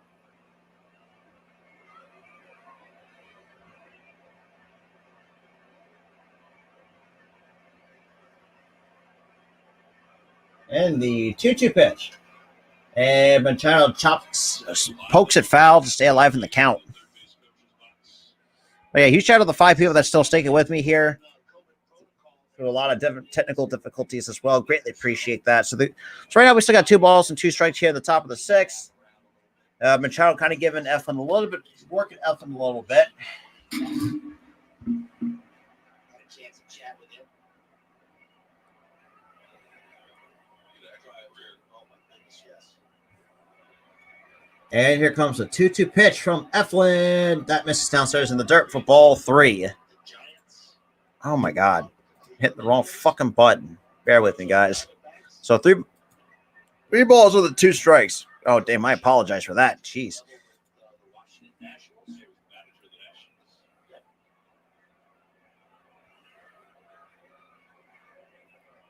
3 balls, 2 strikes. Kip off first. See if he goes.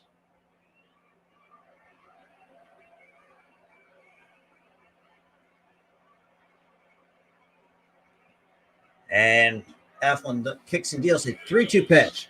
Which is line. And over the glove of Stott, and Kim's going to go to third. Kim does not bite on the decoy by Segura. So runners on the corners with 1 away here, still in the top of the 6th.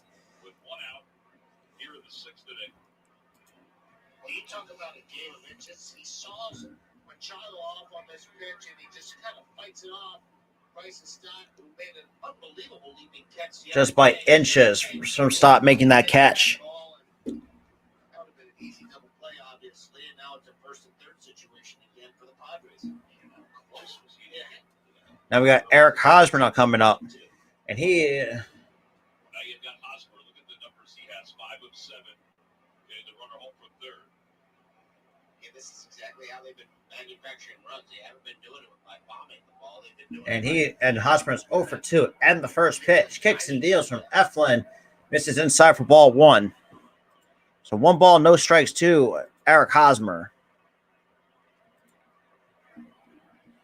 So Hosmer so far this season with runners a 353 average with runners in scoring position this season. Unreal. Probably broken one to 0 for 12 or 13 for Machado. And the 1-0 pitch misses inside for ball 2. 2-0 to Eric Hosmer with the runners on the corners.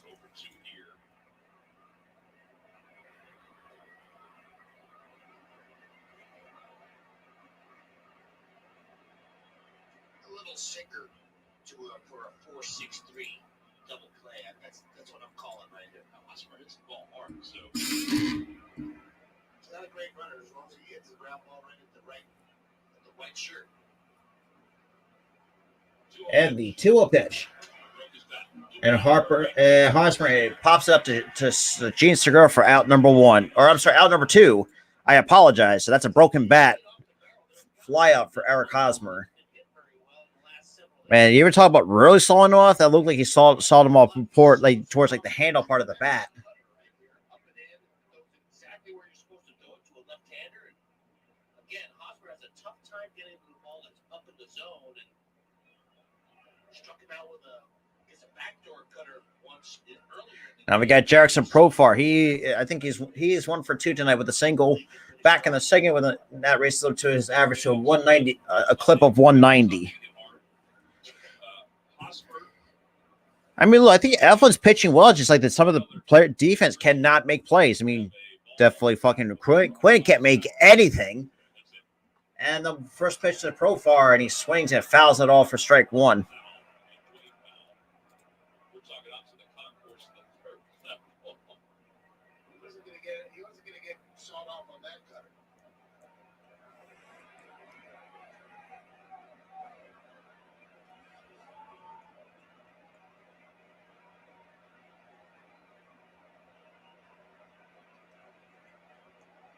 And here comes the 0-1 pitch.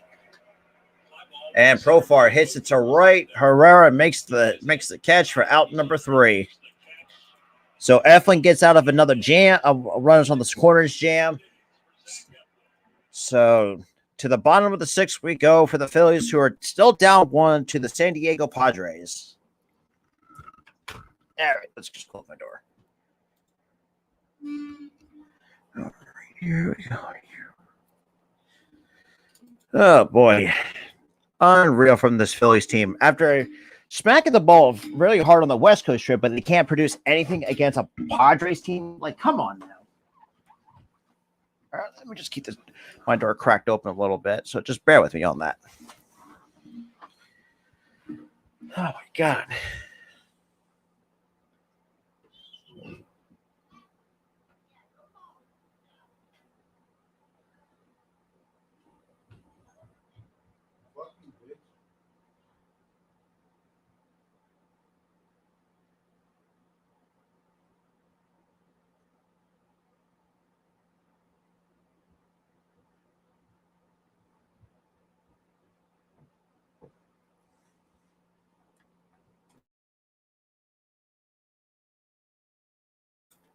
All right. All righty, so.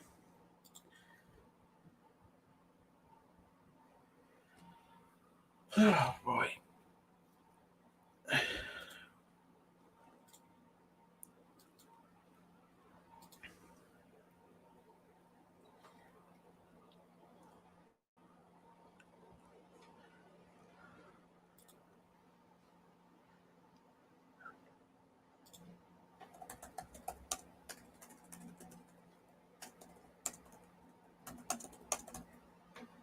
So to the bottom of the 6th we go for the Phillies. And your friends at State Farm, like a good neighbor, State Farm is there. We got a lot of youngsters at the ballpark tonight. Like it. You know Joe Bain, Tom. Seem to be very excited.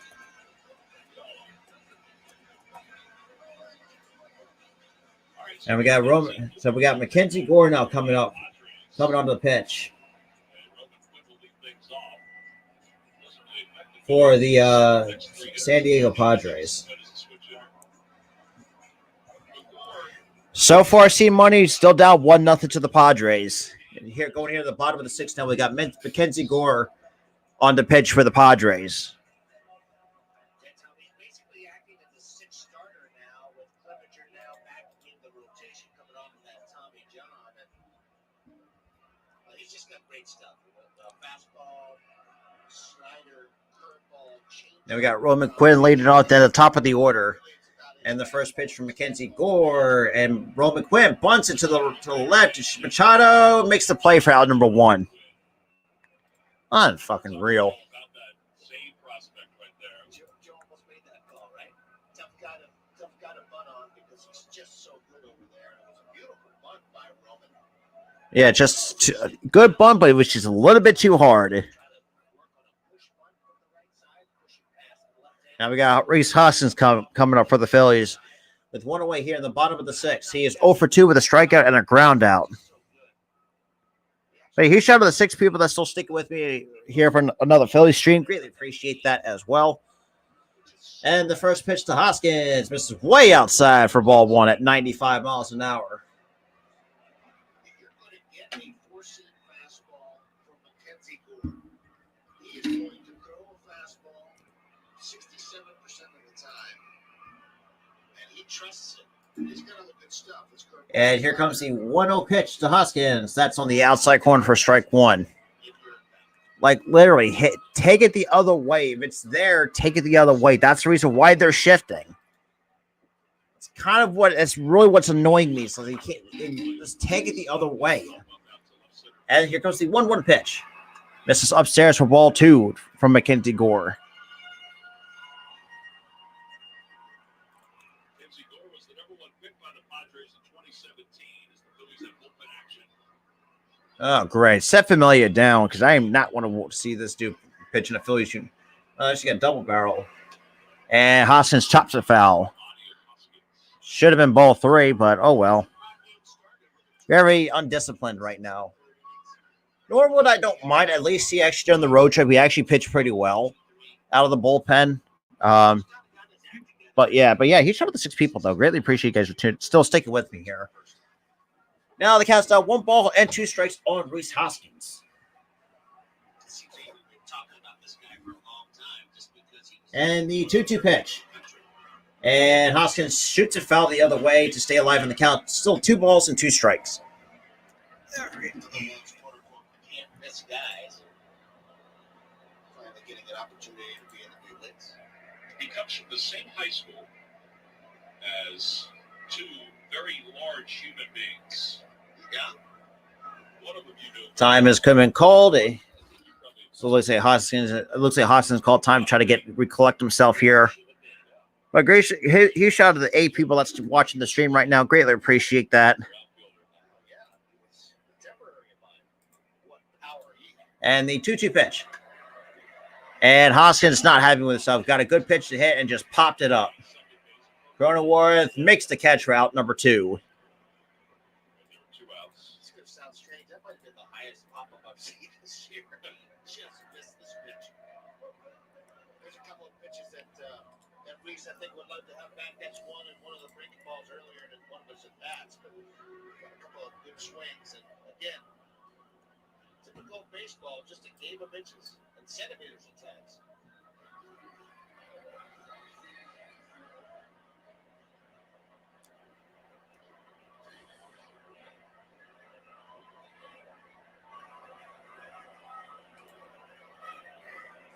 And here comes the first pitch to Bone. Swings and misses for strike 1.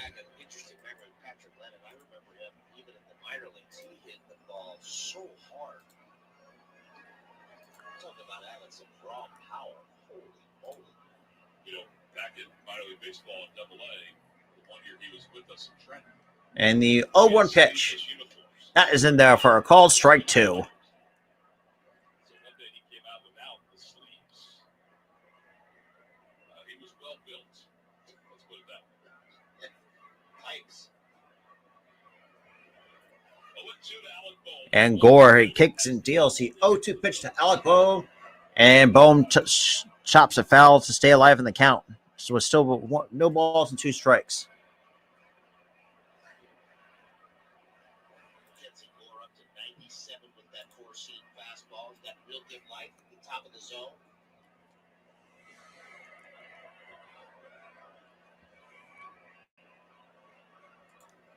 And here comes the 0-2 pitch. That skips in the dirt. Maybe like a 54-footer. About a 50-footer. So much fun for Mr. Nola. So it counts now 1 ball, 2 strikes. Wow, that bounced real short. You could say that was a ball out of the hand. Yeah.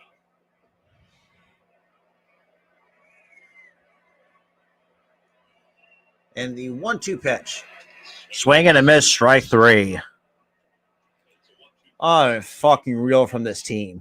After having a good road trip on the West Coast, but they can't manage a fucking run on this homestand. Unfucking believable. This team is fucking. Should be a shit. Now we're going to the top of the 7th, but the Phillies still have 1 fucking hit. Plus, I think it's also not having Bryce Harper as well. It also hurts more too at the same time. That's just all I'm saying. Damn.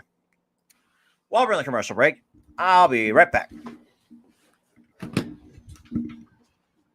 I need my tea. Oh, it's warm now, but I don't give a shit.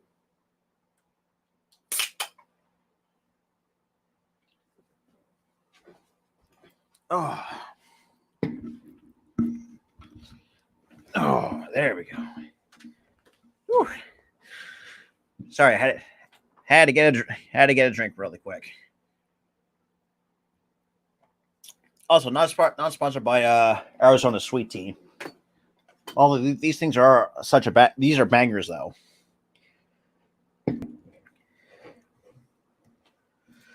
Alrighty, damn.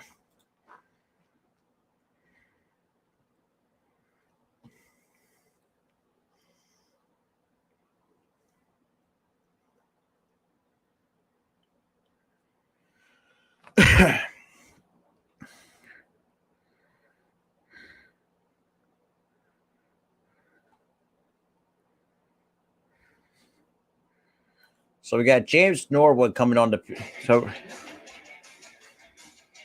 alrighty. So we're to get ready to just so far just.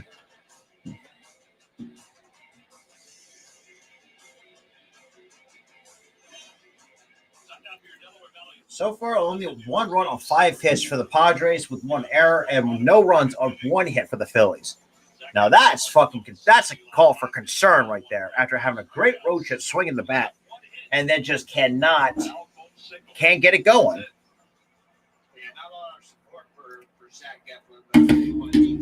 Well, no shit, because you got fucking Will McQuinn. Also, not having Harper also hurts too.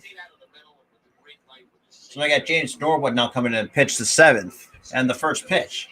This is way outside for ball 1.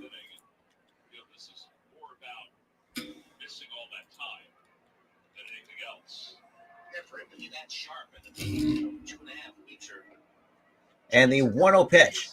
And Myers fouls it off for strike 1.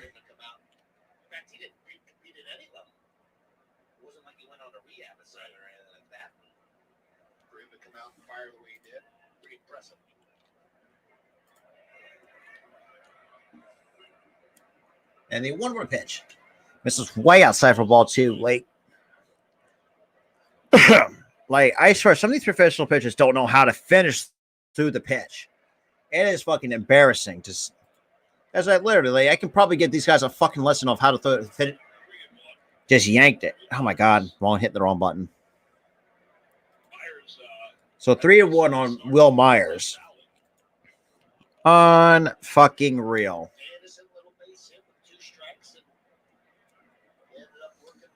And that misses for ball 4. So that's a walk from James Norwood. So I'll say this too. Some of these professional pitchers need to learn how to finish through the pitches, because as a pitcher myself, it is fucking disgusting to watch. Because it gets to the point where I'm thinking it's like literally I can do a much better job than these guys are doing. And actually learn how to pitch the right way at this point. Now we've got Robinson Cano up, and he's 1 for 2, and Myers draws a throw from James Norwood.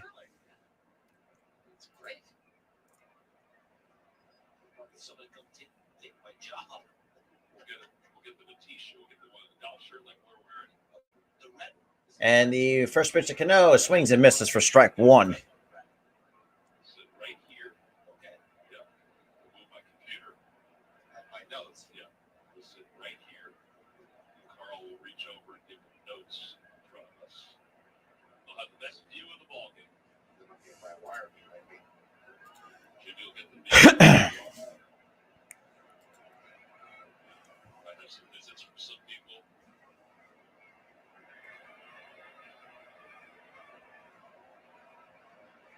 And the 0-1 pitch, and Cano chops it foul. So no balls and 2 strikes on Robinson Cano.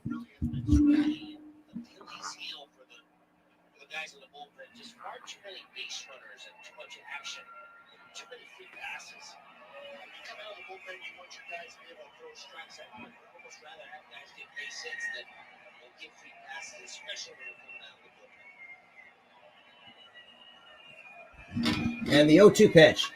And Cano lines it the other way for a base hit. Are you fucking kidding me?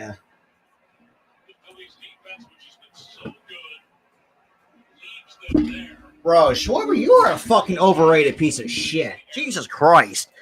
Like, come on now. That's not that hard to field a fucking ground ball in the outfield. Like, that's unfucking acceptable. So it's a single E7. Will Myers being really aggressive, and you saw Kyle Schwarber was going to peak. He was going to try to go to third base with Will Myers going first and third. He was going to try to throw him out. Took his eye off the ball and just flat out missed it. I know we'd like to have that ball back.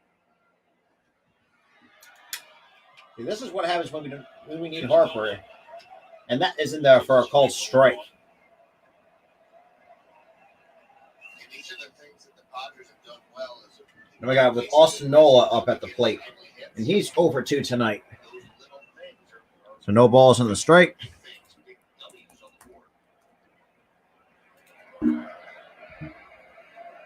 Fucking real.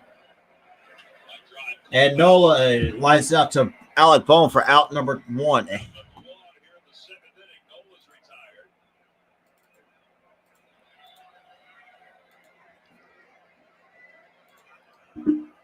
nice reaction play there by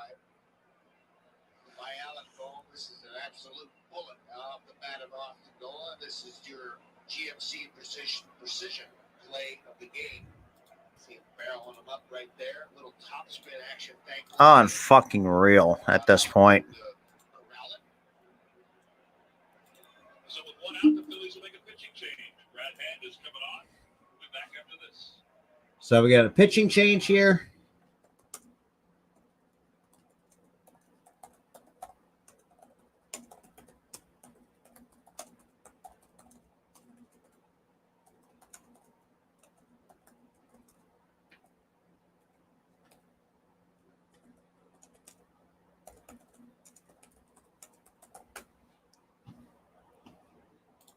All right, so hey, huge shout out to the 3 people still sticking with me. You guys do see the score on the screen. Padres up 2-0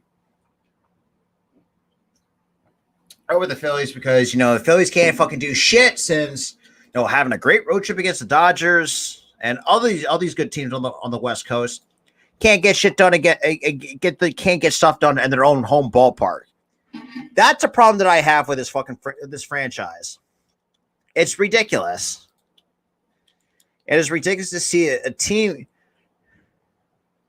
It is really fucking dumb. It's super fucking dumb. That of how I don't know anymore, guys. Oh, I don't know why. I almost did that.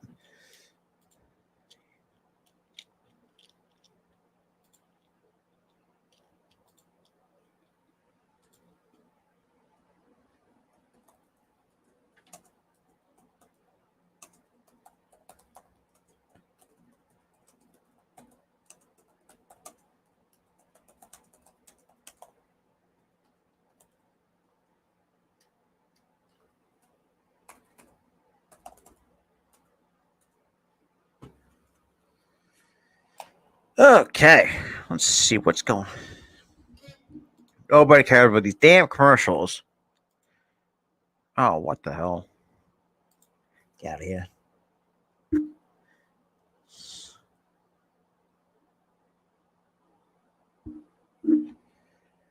So Norwood is done after. Now we got Brad Hand to come to pitch for the Phillies. So far, he actually probably been one of our reliable relievers out of the bullpen this year. A 1-1 record with a sub-2 ERA out of the bullpen.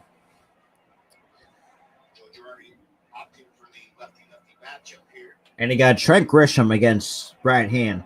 And the first pitch to Grisham, that is in there for a called strike 1.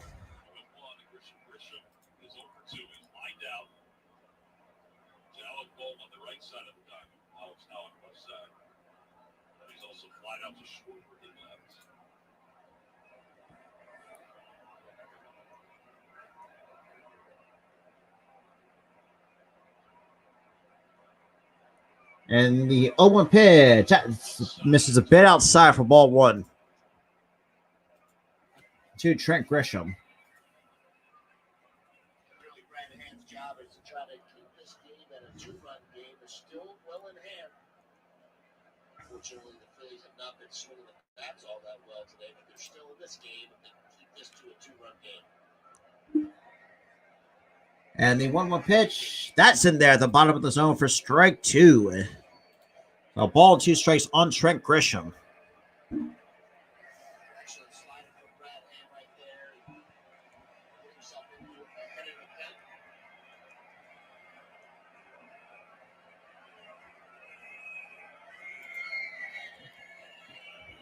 Counts out a ball and 2 strikes on Trent Grisham.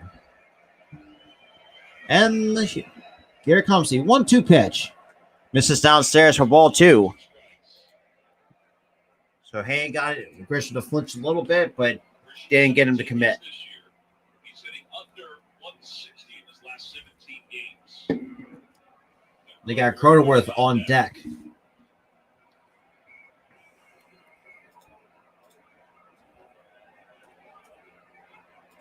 balls, 2 strikes. And the 2-2 pitch. Hand heat. Kicks and deals. And Grisham hits it to deep right. It's over his head. And that's over the head of Herrera. And that's going to be another run score for the Padres. So that's an RBI double for the... So that's 3-0 San Diego. Are you fucking kidding me? It was interesting pitch selection. I didn't get that one slider. He kind of threw it away and he comes back with it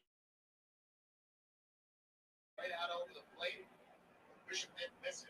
He barreled it up and drive. And Grisham just put a good swing on it. Just horrific. This is why sometimes I just don't like Bucks. Schwarber absolutely is fucking garbage. I mean, we can definitely at this point I could definitely cut my losses with Schwarber because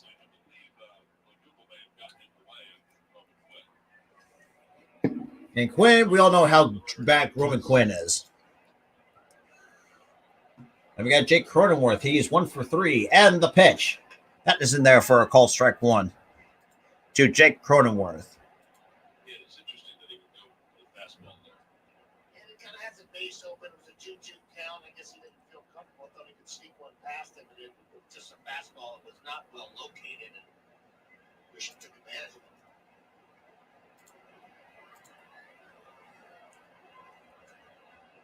And the 0-1 pitch, and that is in there for a called strike.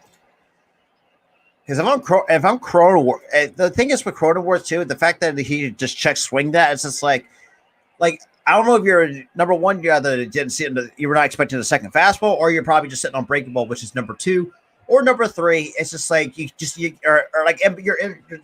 to stop overthinking things. That's just my thing. That's my kind of take on it, especially from a hitter's perspective from Cronenworth.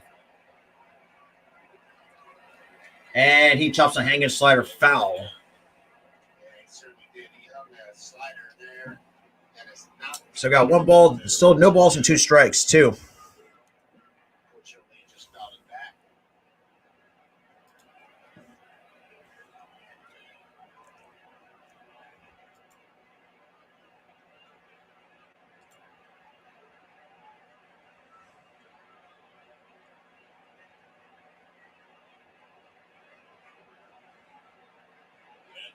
And the 0-2 pitch.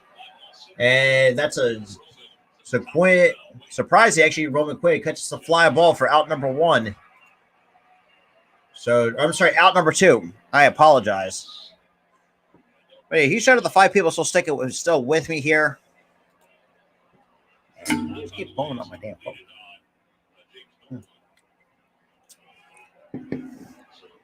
At this, right.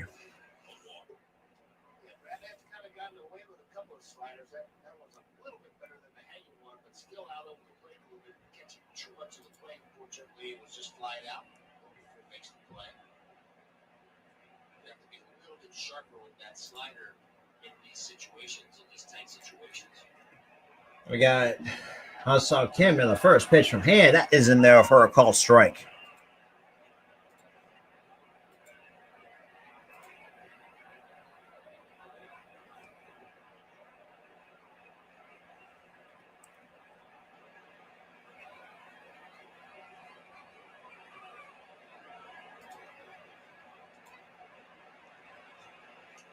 That misses for ball one to Ha Kim. Kim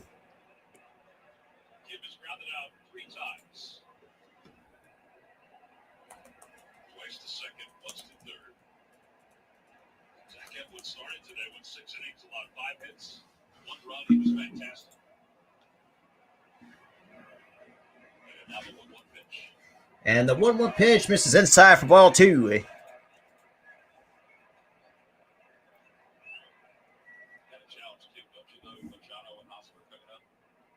Yeah, this is the guy you want. There's no question about that. And try to sneak a fastball the inside part of the plate.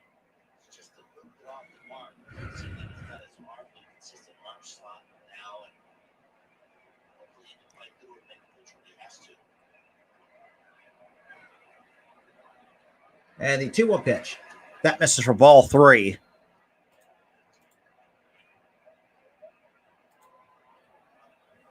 talked about it, Tom. I think he's got to challenge this guy to a 2-1 slider. I guess he felt like he feels more comfortable throwing a strike with a slider than a fastball, but you have to go after him now. And the 3-1 pitch. That is in there. That misses for ball four. See, I disagree with that. First of all, that should have been strike two. Either way. Now we're getting a little bit of a danger zone here with this matchup. He's going to have to stay out of the middle of the plate. You gotta be kidding me. Base open. And it is first and second. But sometimes your walk is your best friend, and in this case it may be. Even though the base hit is open. So Machado is 1 for 3, single back in the 6th.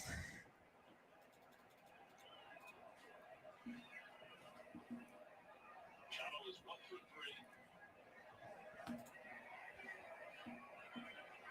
3. And the first pitch to Machado misses inside for ball one.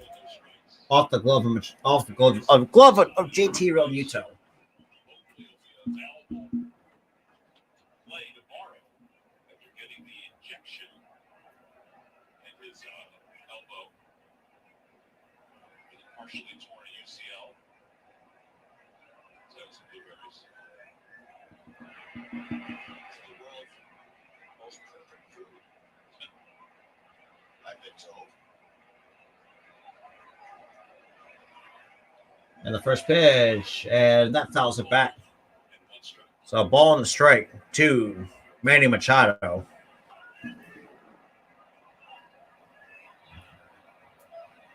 Phillies relievers have walked 2 tonight.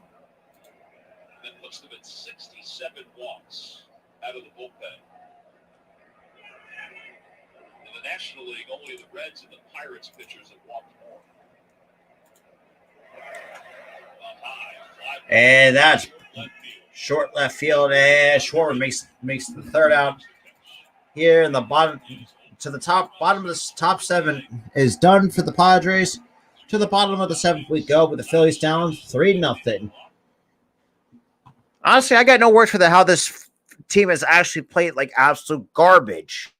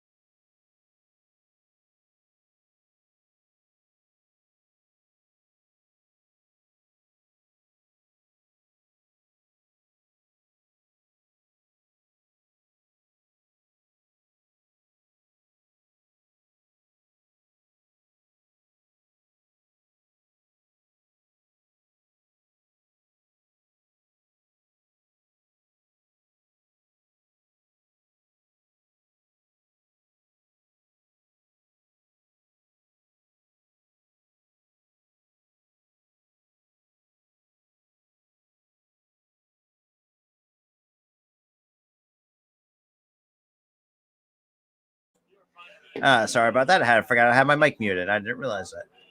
And Schwarber turns on a good pitch, and that's a long foul ball.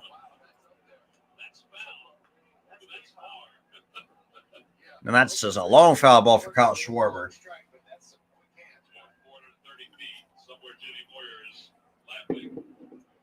And here comes the 0-1 pitch. And misses for ball one from Mackenzie Gore after Schwarber tried to show bunt.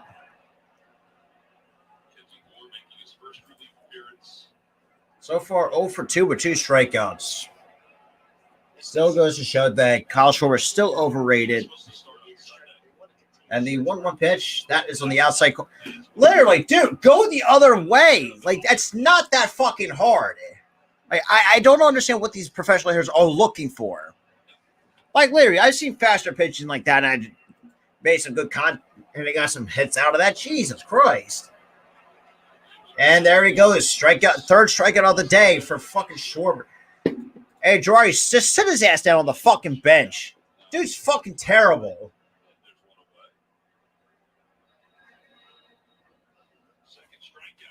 On fucking real.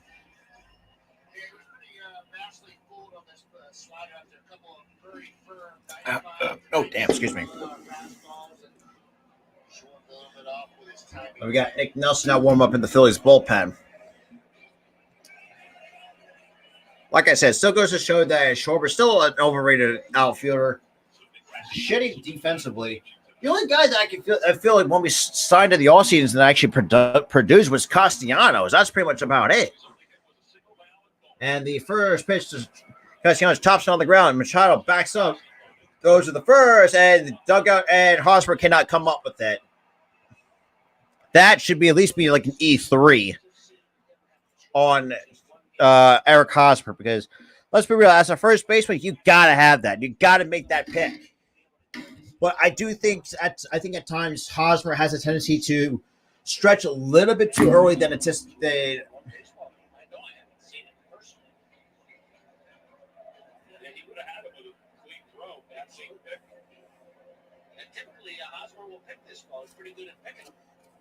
Well, not just that. It's just like Hosmer hasn't been like, he's still a good defender, but he hasn't been the same defender that he once was back during the Kansas City Royal days.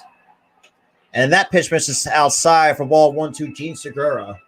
He is 0 for 2 with a strikeout and reached on the error his first time up as well. So we got a base hit for Castellanos. And the 1-0 pitch misses downstairs for ball 2.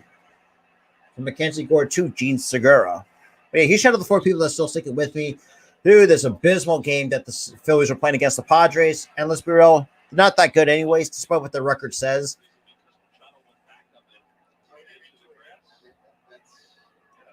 And the 0-2 pitch.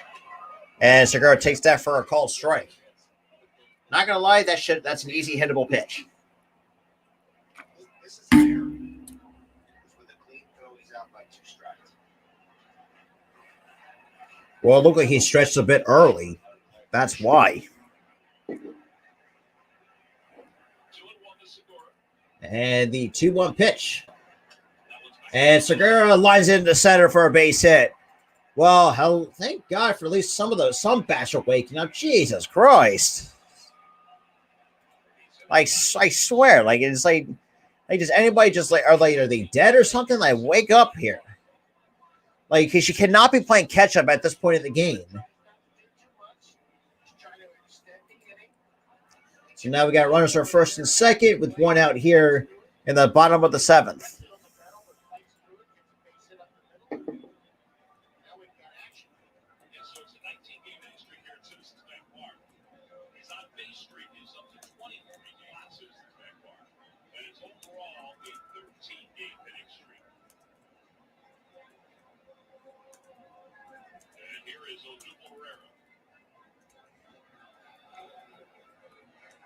We got Herrera now coming up 0 for 2 with 2 lineouts.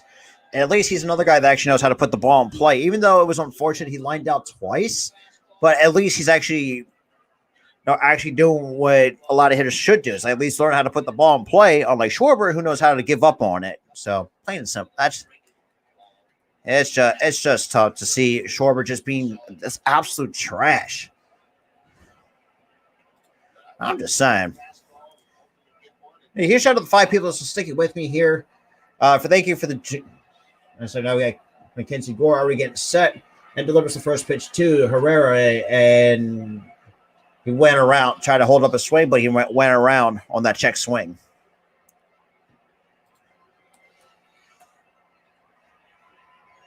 Oh yeah.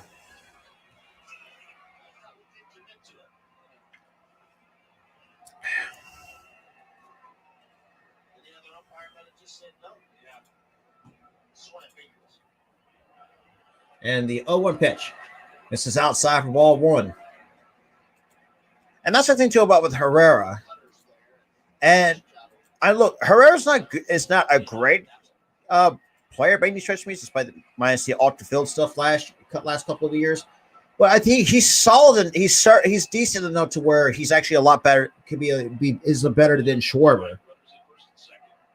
And that I don't know about that. Yeah, it looked like Herrera didn't agree with that pitch. That was like a few inches off the plate. But the strike zone has been consistent. I'll say that. But that pitch would look like it's a few inches outside the zone. So the count's now 1 ball, 2 strikes, 2. Herrera and the pitch. He lays off that pitch in the dirt for ball 2. So 2 balls and 2 strikes. Whew, damn. Wait, huge shout out to the 7 people that's tuning in. I appreciate for those who are tuning in here in the bottom of the 7th with the 2-2 count on Odubel Herrera so far in tonight's ball game.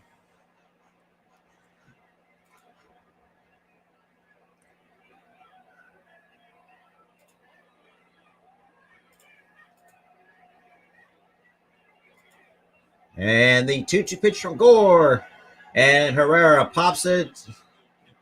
And Kidd makes the play for out number 2. Oh, boy. Like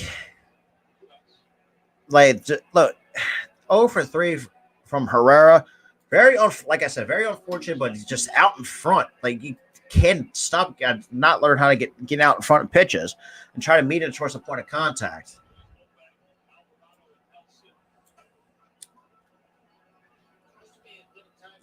Like, what? And that's another thing, too. Now I just saw that freaking Alvarado's warming up. Oh, good Lord. Help us all.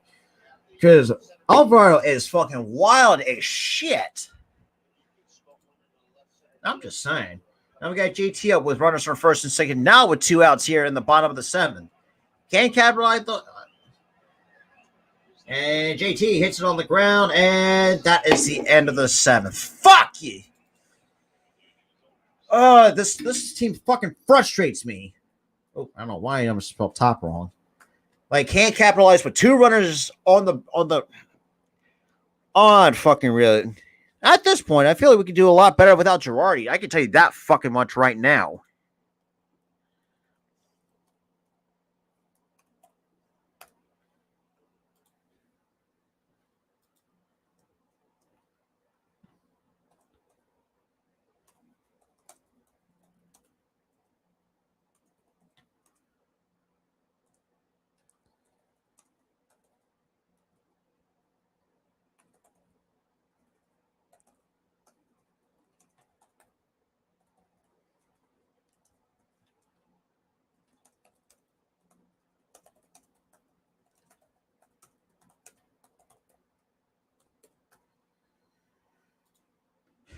All right, what's going on with my notifications here?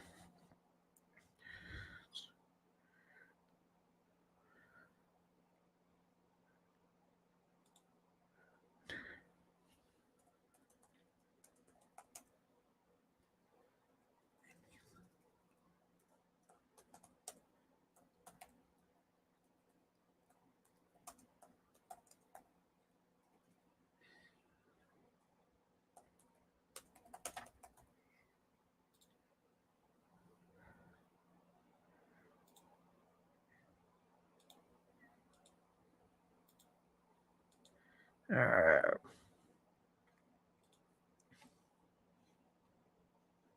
the top of the eighth we go here in tonight's ball game. On the dealer, visit DelPalHondaDealers.com. Well, the Fanatic just got a workout on the dugout with that little guy. He was awesome. He could have been the best kid dancer ever.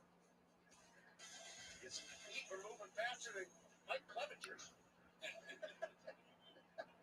That's a good way to put it. Faster than Mike Clevenger's. There's Nick Nelson in his ninth game. He's the fourth pitcher used by the Phillies. In a 3-0 ball game. Time out for a Hyundai defensive play of the game. Alec Cole over third. Off the bat of Austin. He's made a couple of these reaction plays, and I'll tell you what, he's a different Oh, man damn. now defensively. I'd love to see him play defensively, and that was your Hyundai defensive play of the game brought to you by your local Hyundai dealers. All right, so we go to the top of the eighth inning. He is one of only 3 hits. For the Phillies tonight.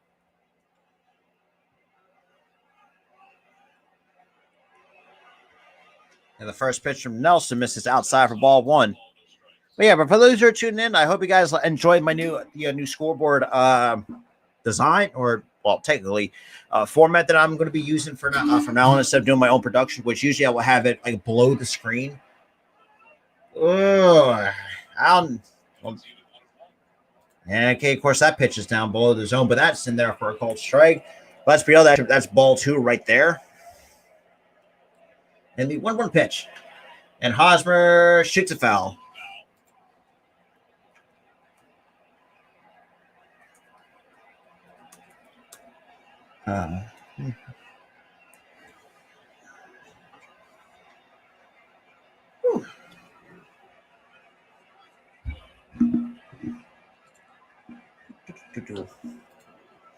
Counts out 1 ball, 2 strikes. Sorry about that. Forgot to. And Hosmer shoots a foul to the other way. Stay alive in the count.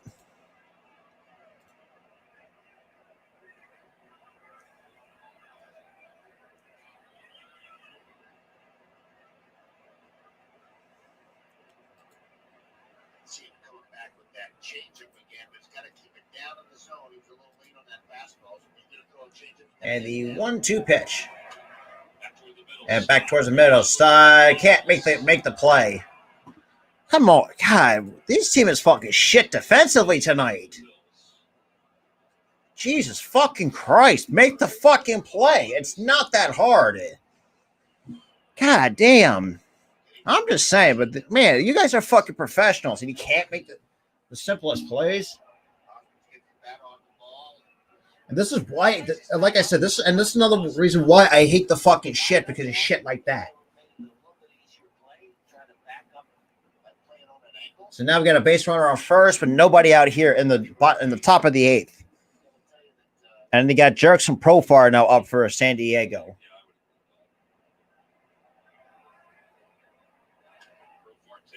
And that pitch just misses for ball 1.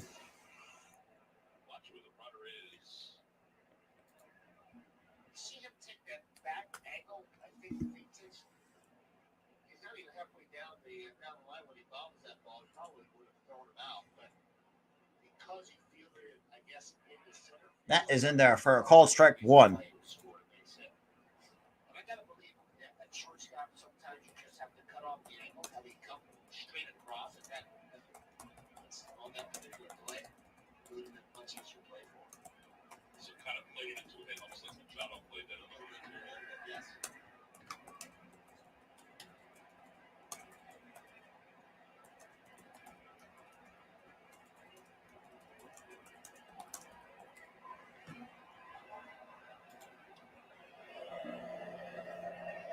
And the 1-1 pitch, that misses inside for ball 2.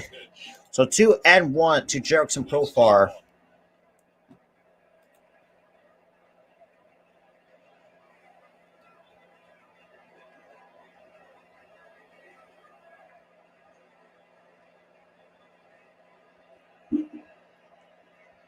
And the 2-1 pitch. And Profar chops a foul for strike 2.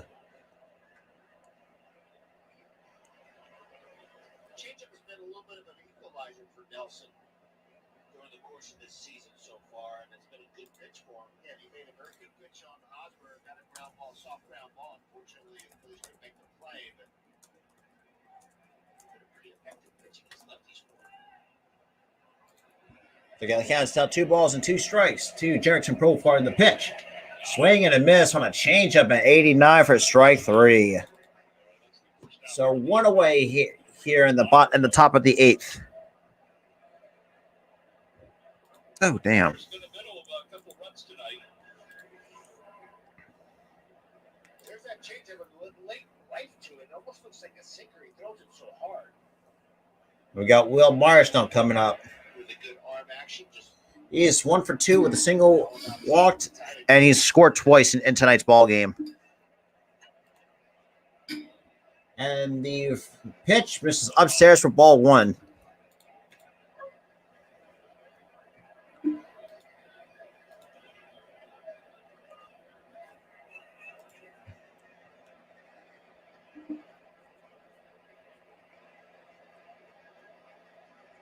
And the 1-0 pitch misses downstairs for ball 2. 2 balls and no strikes. Here's Mrs. Spot. just not getting those close edge pitches here late in this game. And Myers chops it foul. So 2-1 is the count on Will Myers. He's got 2 hits today.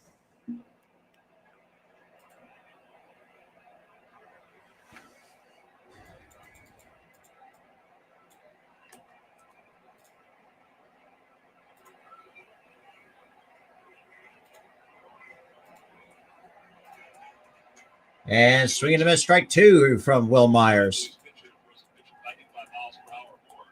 Comcast will make a contribution to Phillies charities. Baseball is brought to you by Xfinity. Supersize your home with supersonic Wi-Fi. Supercharge your home with supersonic Wi-Fi only from Xfinity.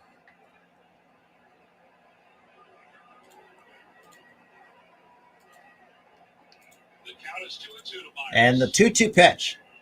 This is way downstairs and gets by JT. And the runner goes up on a wild pitch. So full count on Will Myers. Isn't happy about that. Again, that's one of those wild pitches that could have been avoided had he not been in that 1B stance. And it's a play that I just don't care for. It's one of the reasons why I just don't like, especially the guys on base. Not like having those guys be on 1D. And the 3-2 pitch from Nelson. He kicks and deals. And Myers hits it to right. Herrera comes on and makes the play for out number 2. So 2 outs here at the top of the 8th for the Philadelphia Phillies. You were coaching at this point. I know you didn't handle catcher or anything, but would you advise that? I just, Or if you were in charge of let's say, a farm players in the system? farm system, I would teach them to not go to a knee. And there's such What a about if there's somebody on? there's nobody on that. So now we've got Robinson Cano. He is 2 for 3. 2 singles and a run scored. Excellent player. So many foul tips off of JT's body. The umpires are getting. And the first pitch misses downstairs for ball 1. There's so many other. And some of these professional pitchers need to learn how not to overthrow some pitches. I can tell you that much. Damn. Like, this shit is ridiculous. When you have your both your knees up, you get a lot of protection from your shin guards. And Cano chops it foul for strike 1. So Block some of those pitches. a ball, one ball, 1 strike is the count on. And I know that he would have blocked that pitch, that fastball down and away right there. But now, unfortunately, Padres didn't score position as a result. So Nelson with the count, even count. 1 ball, 1 strike on Robinson Cano. 1 ball, 1 strike. And the 1-1 pitch. And Cano chops it foul for strike 2. And I know there's a couple variety of reasons why they do it, but I guess when the robo ump comes into play, maybe they won't do it anymore because they're trying to steal pitches. Let's try to work underneath the pitch. Eventually, the catching instructors teach guys how to work underneath the pitch without having to go with you. And there's a way to do that as well.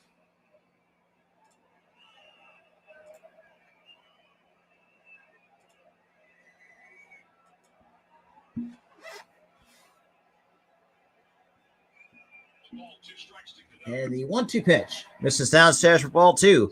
2 balls and 2 strikes on Robinson Cano.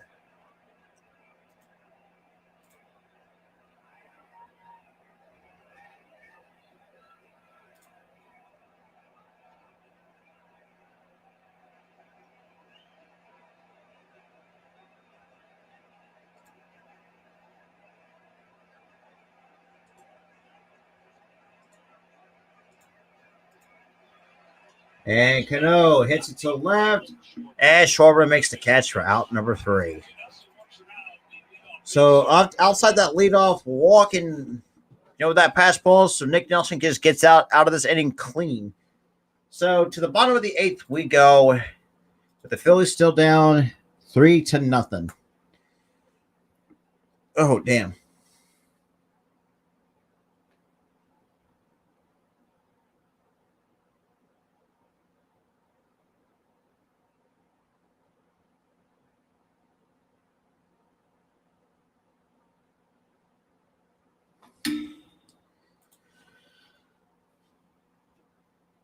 Oh, damn. Hey, huge shout out to the 7 people that's still sticking with me, though. Greatly appreciate that. Make sure you smash the like button if you're coming from either Facebook or YouTube. Leave whatever reaction that's on the. If you're coming from Facebook, from your YouTube, make sure you smash that like button. Definitely share this out. Every bit helps to help grow this channel.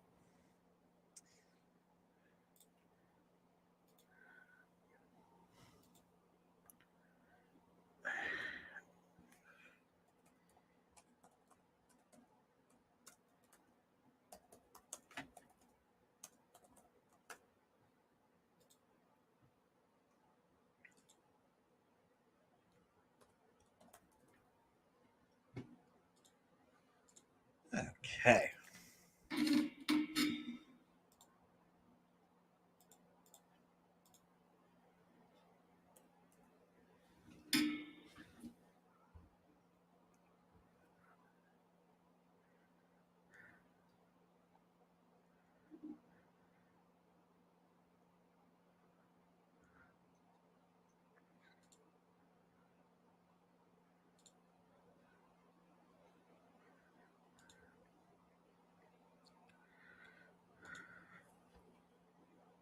All right.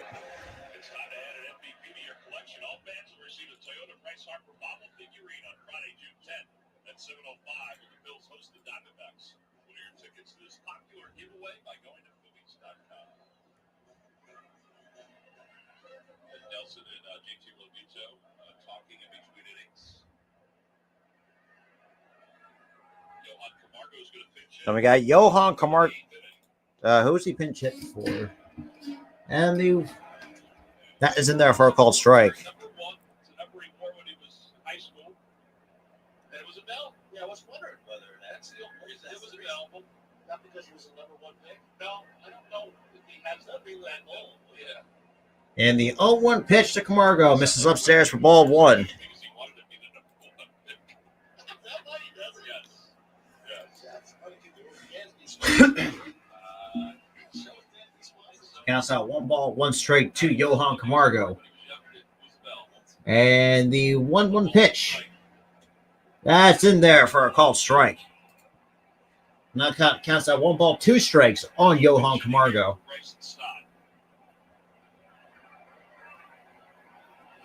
So Stott looks like Stott's getting pinch hit for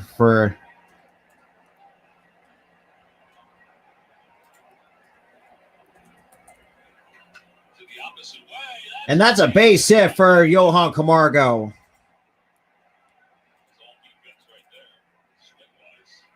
So leadoff single by Johan Camargo. prior target that was a change that was nasty on the corner. And Barber did a heck of a job of just putting the ball in play here. Little defensive swing, yes. But sometimes all you got to do is touch it and make something happen. I mean, that's how the Padres have basically scored their 3 runs. And hopefully the Phillies can capitalize as well. Now we got Roman Quinn up. Oh boy, this is not for a guy that I kind of really don't want on this team anymore. And Quinn chops a foul for strike 1. So 1 ball, no balls on the strike. 2.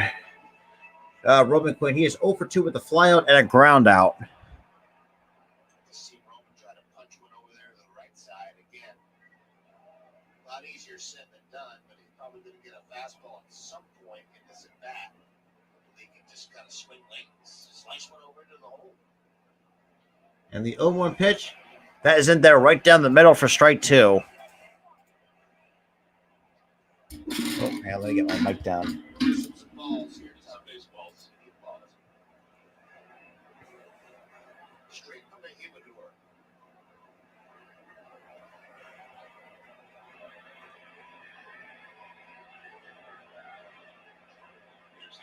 And the 0-2 pitch coming. And swinging him at strike 3. Man, the Phillies need to cut Roman Quinn at this point. Because let's be real, Roman Quinn is absolute below average defender. He's a below average offensive hitter. So yes, now we got back to the top of the order with Rhys Hoskins now up after Quinn can't just hit for shit. I'm just saying that's just how it.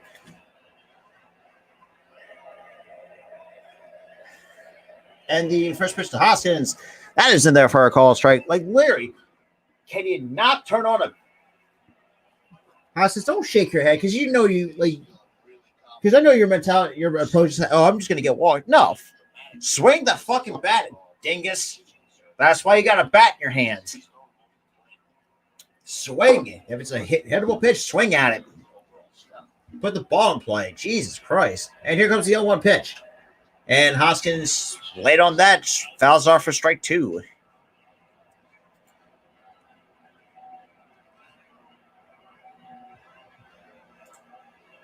And nobody cares on that Discord. I'll say this too, but after this game ends, there will be a video on Roman Quinn coming out very soon. Because something needs to be really kind of needs to be talked about. And the 0-2 pitch. And that Hoskins, like, can you stop? Like, literally, like, what is good? I don't know what is going on through Hoskins' head at this point. What the fuck? Like, you know that is a strike. You're down 2 strikes. Like, how the fuck do you not know that? Like, this is fucking ridiculous to the point where if I'm Kevin Longer, any of the coaching staff, like, I would start getting in their faces and start chewing their ass out. Plain and simple. And the first pitch to Bone misses from downstairs for ball 1.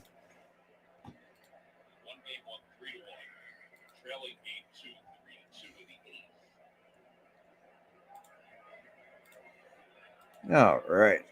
Here's shout out to the 4 people still sticking with me and deal with my frustration with this fucking team. So Bohm is on the head of the count. 1 ball, no strikes, and the pitch from Gore. Hey, it takes a healthy hack at that and a hanging slider for strike 1. I apologize for that.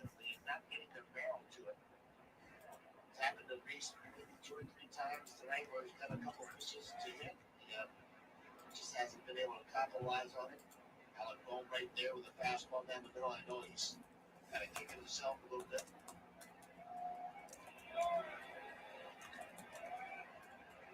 And that's a 6. So a 6-4 put out.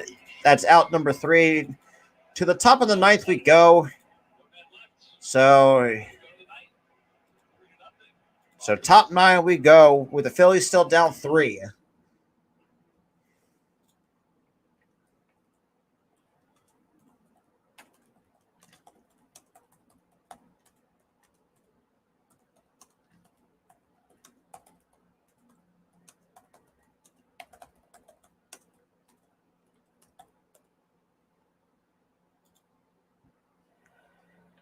Okay.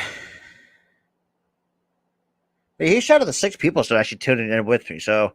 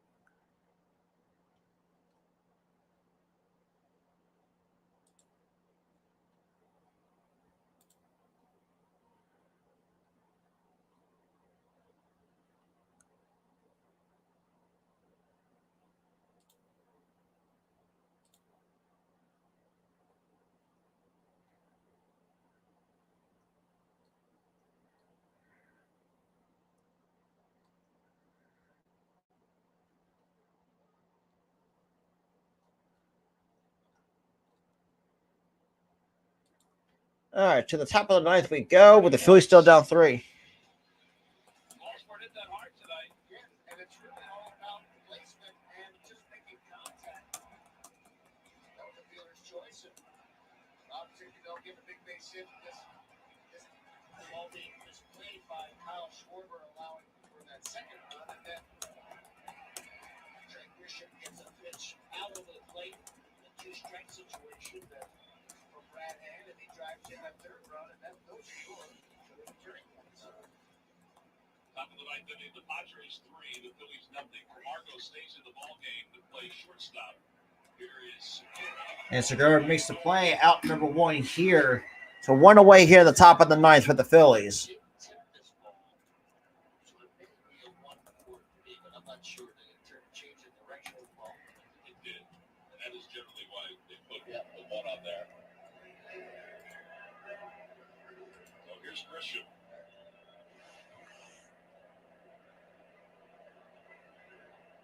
Yeah. 1-4-3.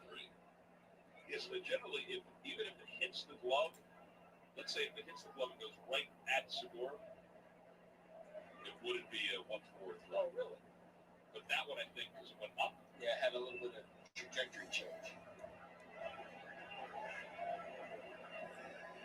So you got 1 away here at the top of the 9th. And the pitch from Nelson. That is in there for a call strike.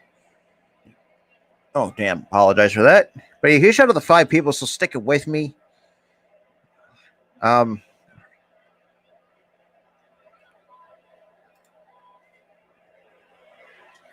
And that's a a ball, I guess. Seem to be getting those pitches on the corners like the Pods are getting here late in this game. And early in the game, both pitchers. And the 1-1 pitch misses outside for ball 2. It's changed a little bit here in the last 2 or 3 innings.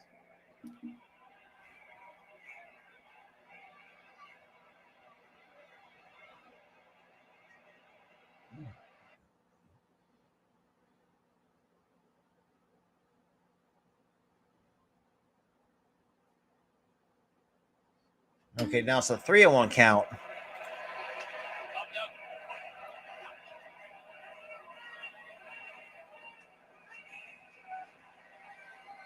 So he called interference, so the runner batter is out. So interference on the batter. So 2 away here at the top of the 9th. So busy complaining about the swing and being upset that he walked into JT basically. I mean, pop up and run down the line. He was so upset with himself, he just kind of hung out there and stayed there and blocked off JT. Just go down the line. And Johnson Payne immediately yelled interference. Right, So we got 2 outs here in the top of the 9th on a ground.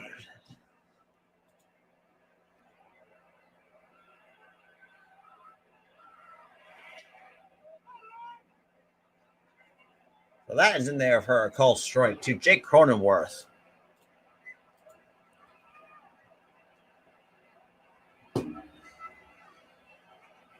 And here comes the 0-1 pitch. That is in there for a call strike 2.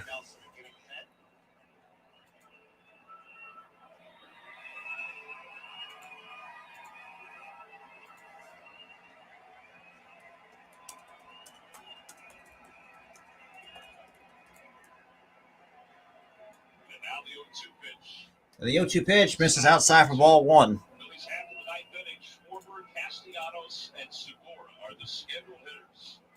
Right now, down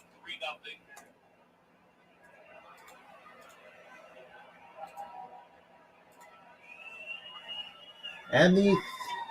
And Carter Ward chops it to short. Camargo comes up with it, and that's out number 3. So to the bottom of the ninth we go. To the bottom of the ninth we go. You got hitters 3, 4, and 5 coming up for the Phillies. Oh boy.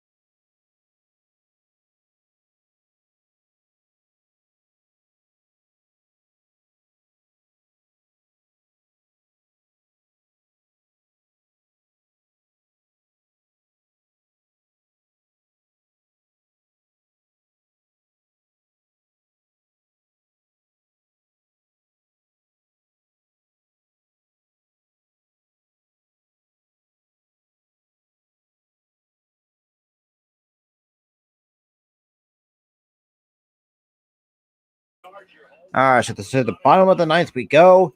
Like I said, I will not be surprised if the Phillies went down 1, 2, 3 here. I mean, the only hits I could probably see is probably from Castellanos and Segura at this point. Now we got Taylor Rogers to come out to close it out for the San Diego Padres. Now it's Taylor Rogers, who is on to try to pick up his 14th save of the season. And that isn't enough for a called strike to Kyle Schwarber. He is 0 for 3 with 3 fucking strikeouts.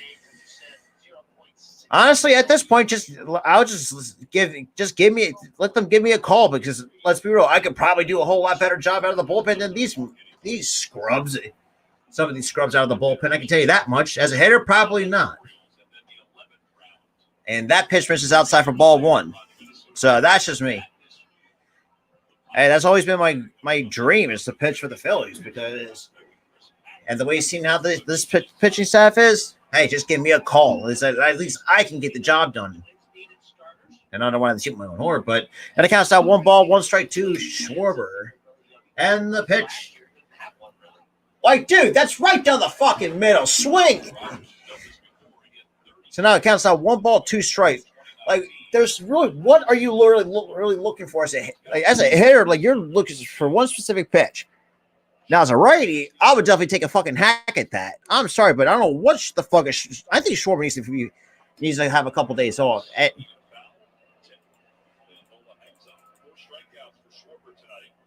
Dude, Schwarber is absolutely fucking garbage. On fucking real.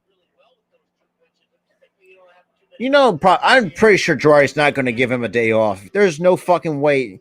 Because knowing how Girardi is, like, he just knows how to.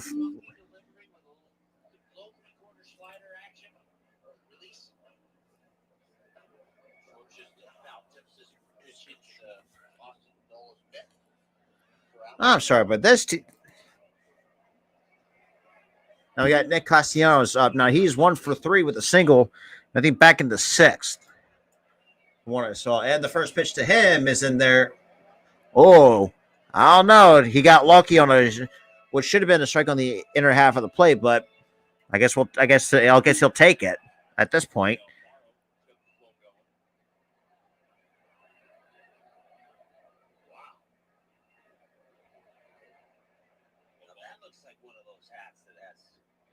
And that pitch is inside for ball 2 to Nick Castellanos.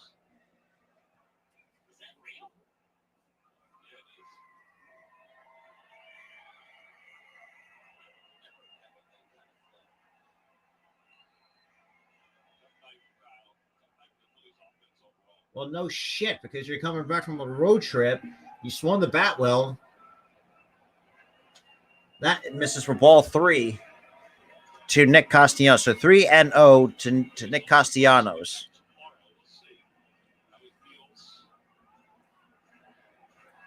Well, there's no question about it. I mean, he's a force in the lineup, but there's been a difference the last couple of games as far as their overall offensive production is concerned, and love to have him back in there.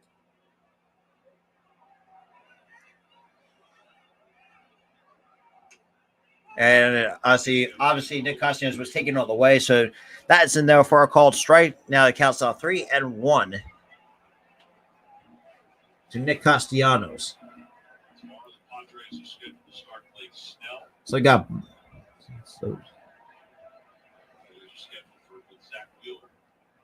and then we got Zach Wheeler going us for us tomorrow. And here comes the 3-1 pitch from Rogers. And that's another base hit for Nick Castellanos. So that's hit number 2 for Nick Castellanos.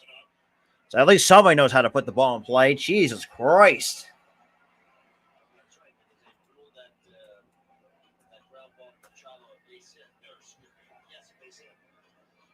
So they actually changed the scoring on Segura. So that was a base hit on Segura. So that is one. Now he's 1 for 3 with a single.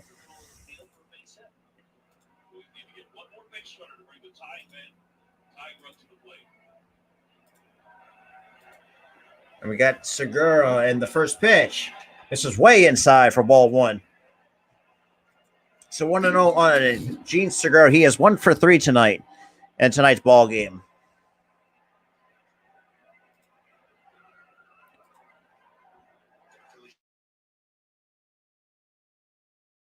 Obviously, I'm trying something different, obviously, with this new scoreboard format.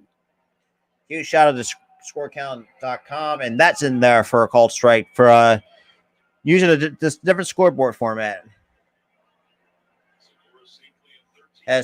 So for Segura has hit safely in 13 straight games at Citizens Bank Park. In 19 straight games, I should apologize, but 13 straight overall this season, has 4 stolen bases in his last 5 games. And that's another reason, and I'll talk more about that going into my Phillies Talk podcast as well. And that is a 6-4-3. That, ladies and gentlemen, will do it. Phillies lose by the final score, 3-0.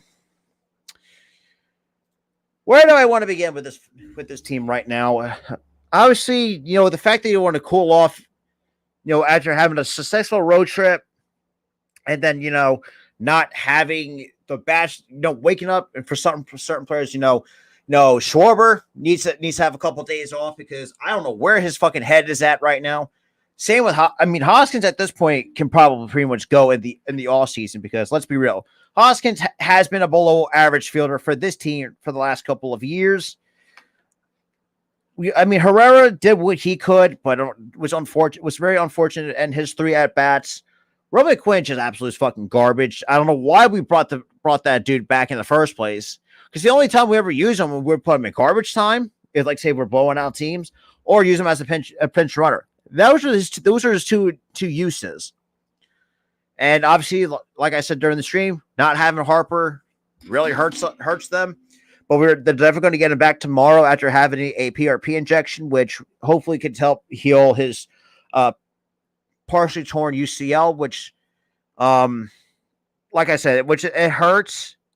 I thought Eflin pitched well. I thought both pitchers actually pitched well tonight, both Clevenger and Eflin.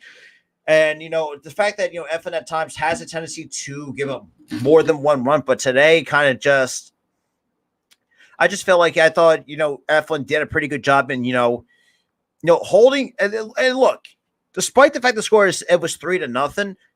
I mean, look, it can't get worse than that. I'll say that. Like, say if you're losing like 7-0, then that's a big problem. I take it from, and like if you go back to one of my, because I did 2 out of the 3 or 2 out of the 4, I should say, Dodgers games, for example. I mean, obviously the bullpen always had been an Achilles heel for us the last 2 to 3 years. Because let's be real, if you go and like we hadn't really had a solid bullpen that had some solid arms since 2008. Let's be real. And sometimes in 2010 and 2011 we had some decent arms, but nothing. But it just seems like over time, our bullpen arms that has come and gone through from the Phillies has not been the best.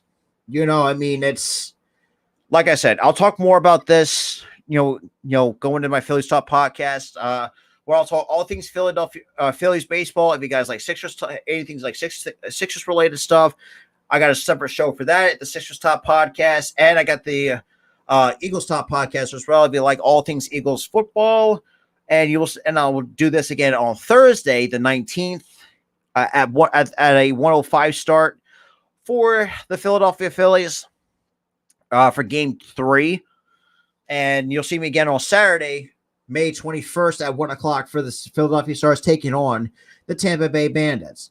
But there you have it. So the Phillies dropped Game 1, 3-0 to the San Diego Padres. With that being said, I hope you guys enjoyed the stream. Make sure you leave a like on it. Hit that subscribe button if you guys are new. Definitely share this out. Greatly appreciate that as well. With that being said, I'll see you guys in the next one.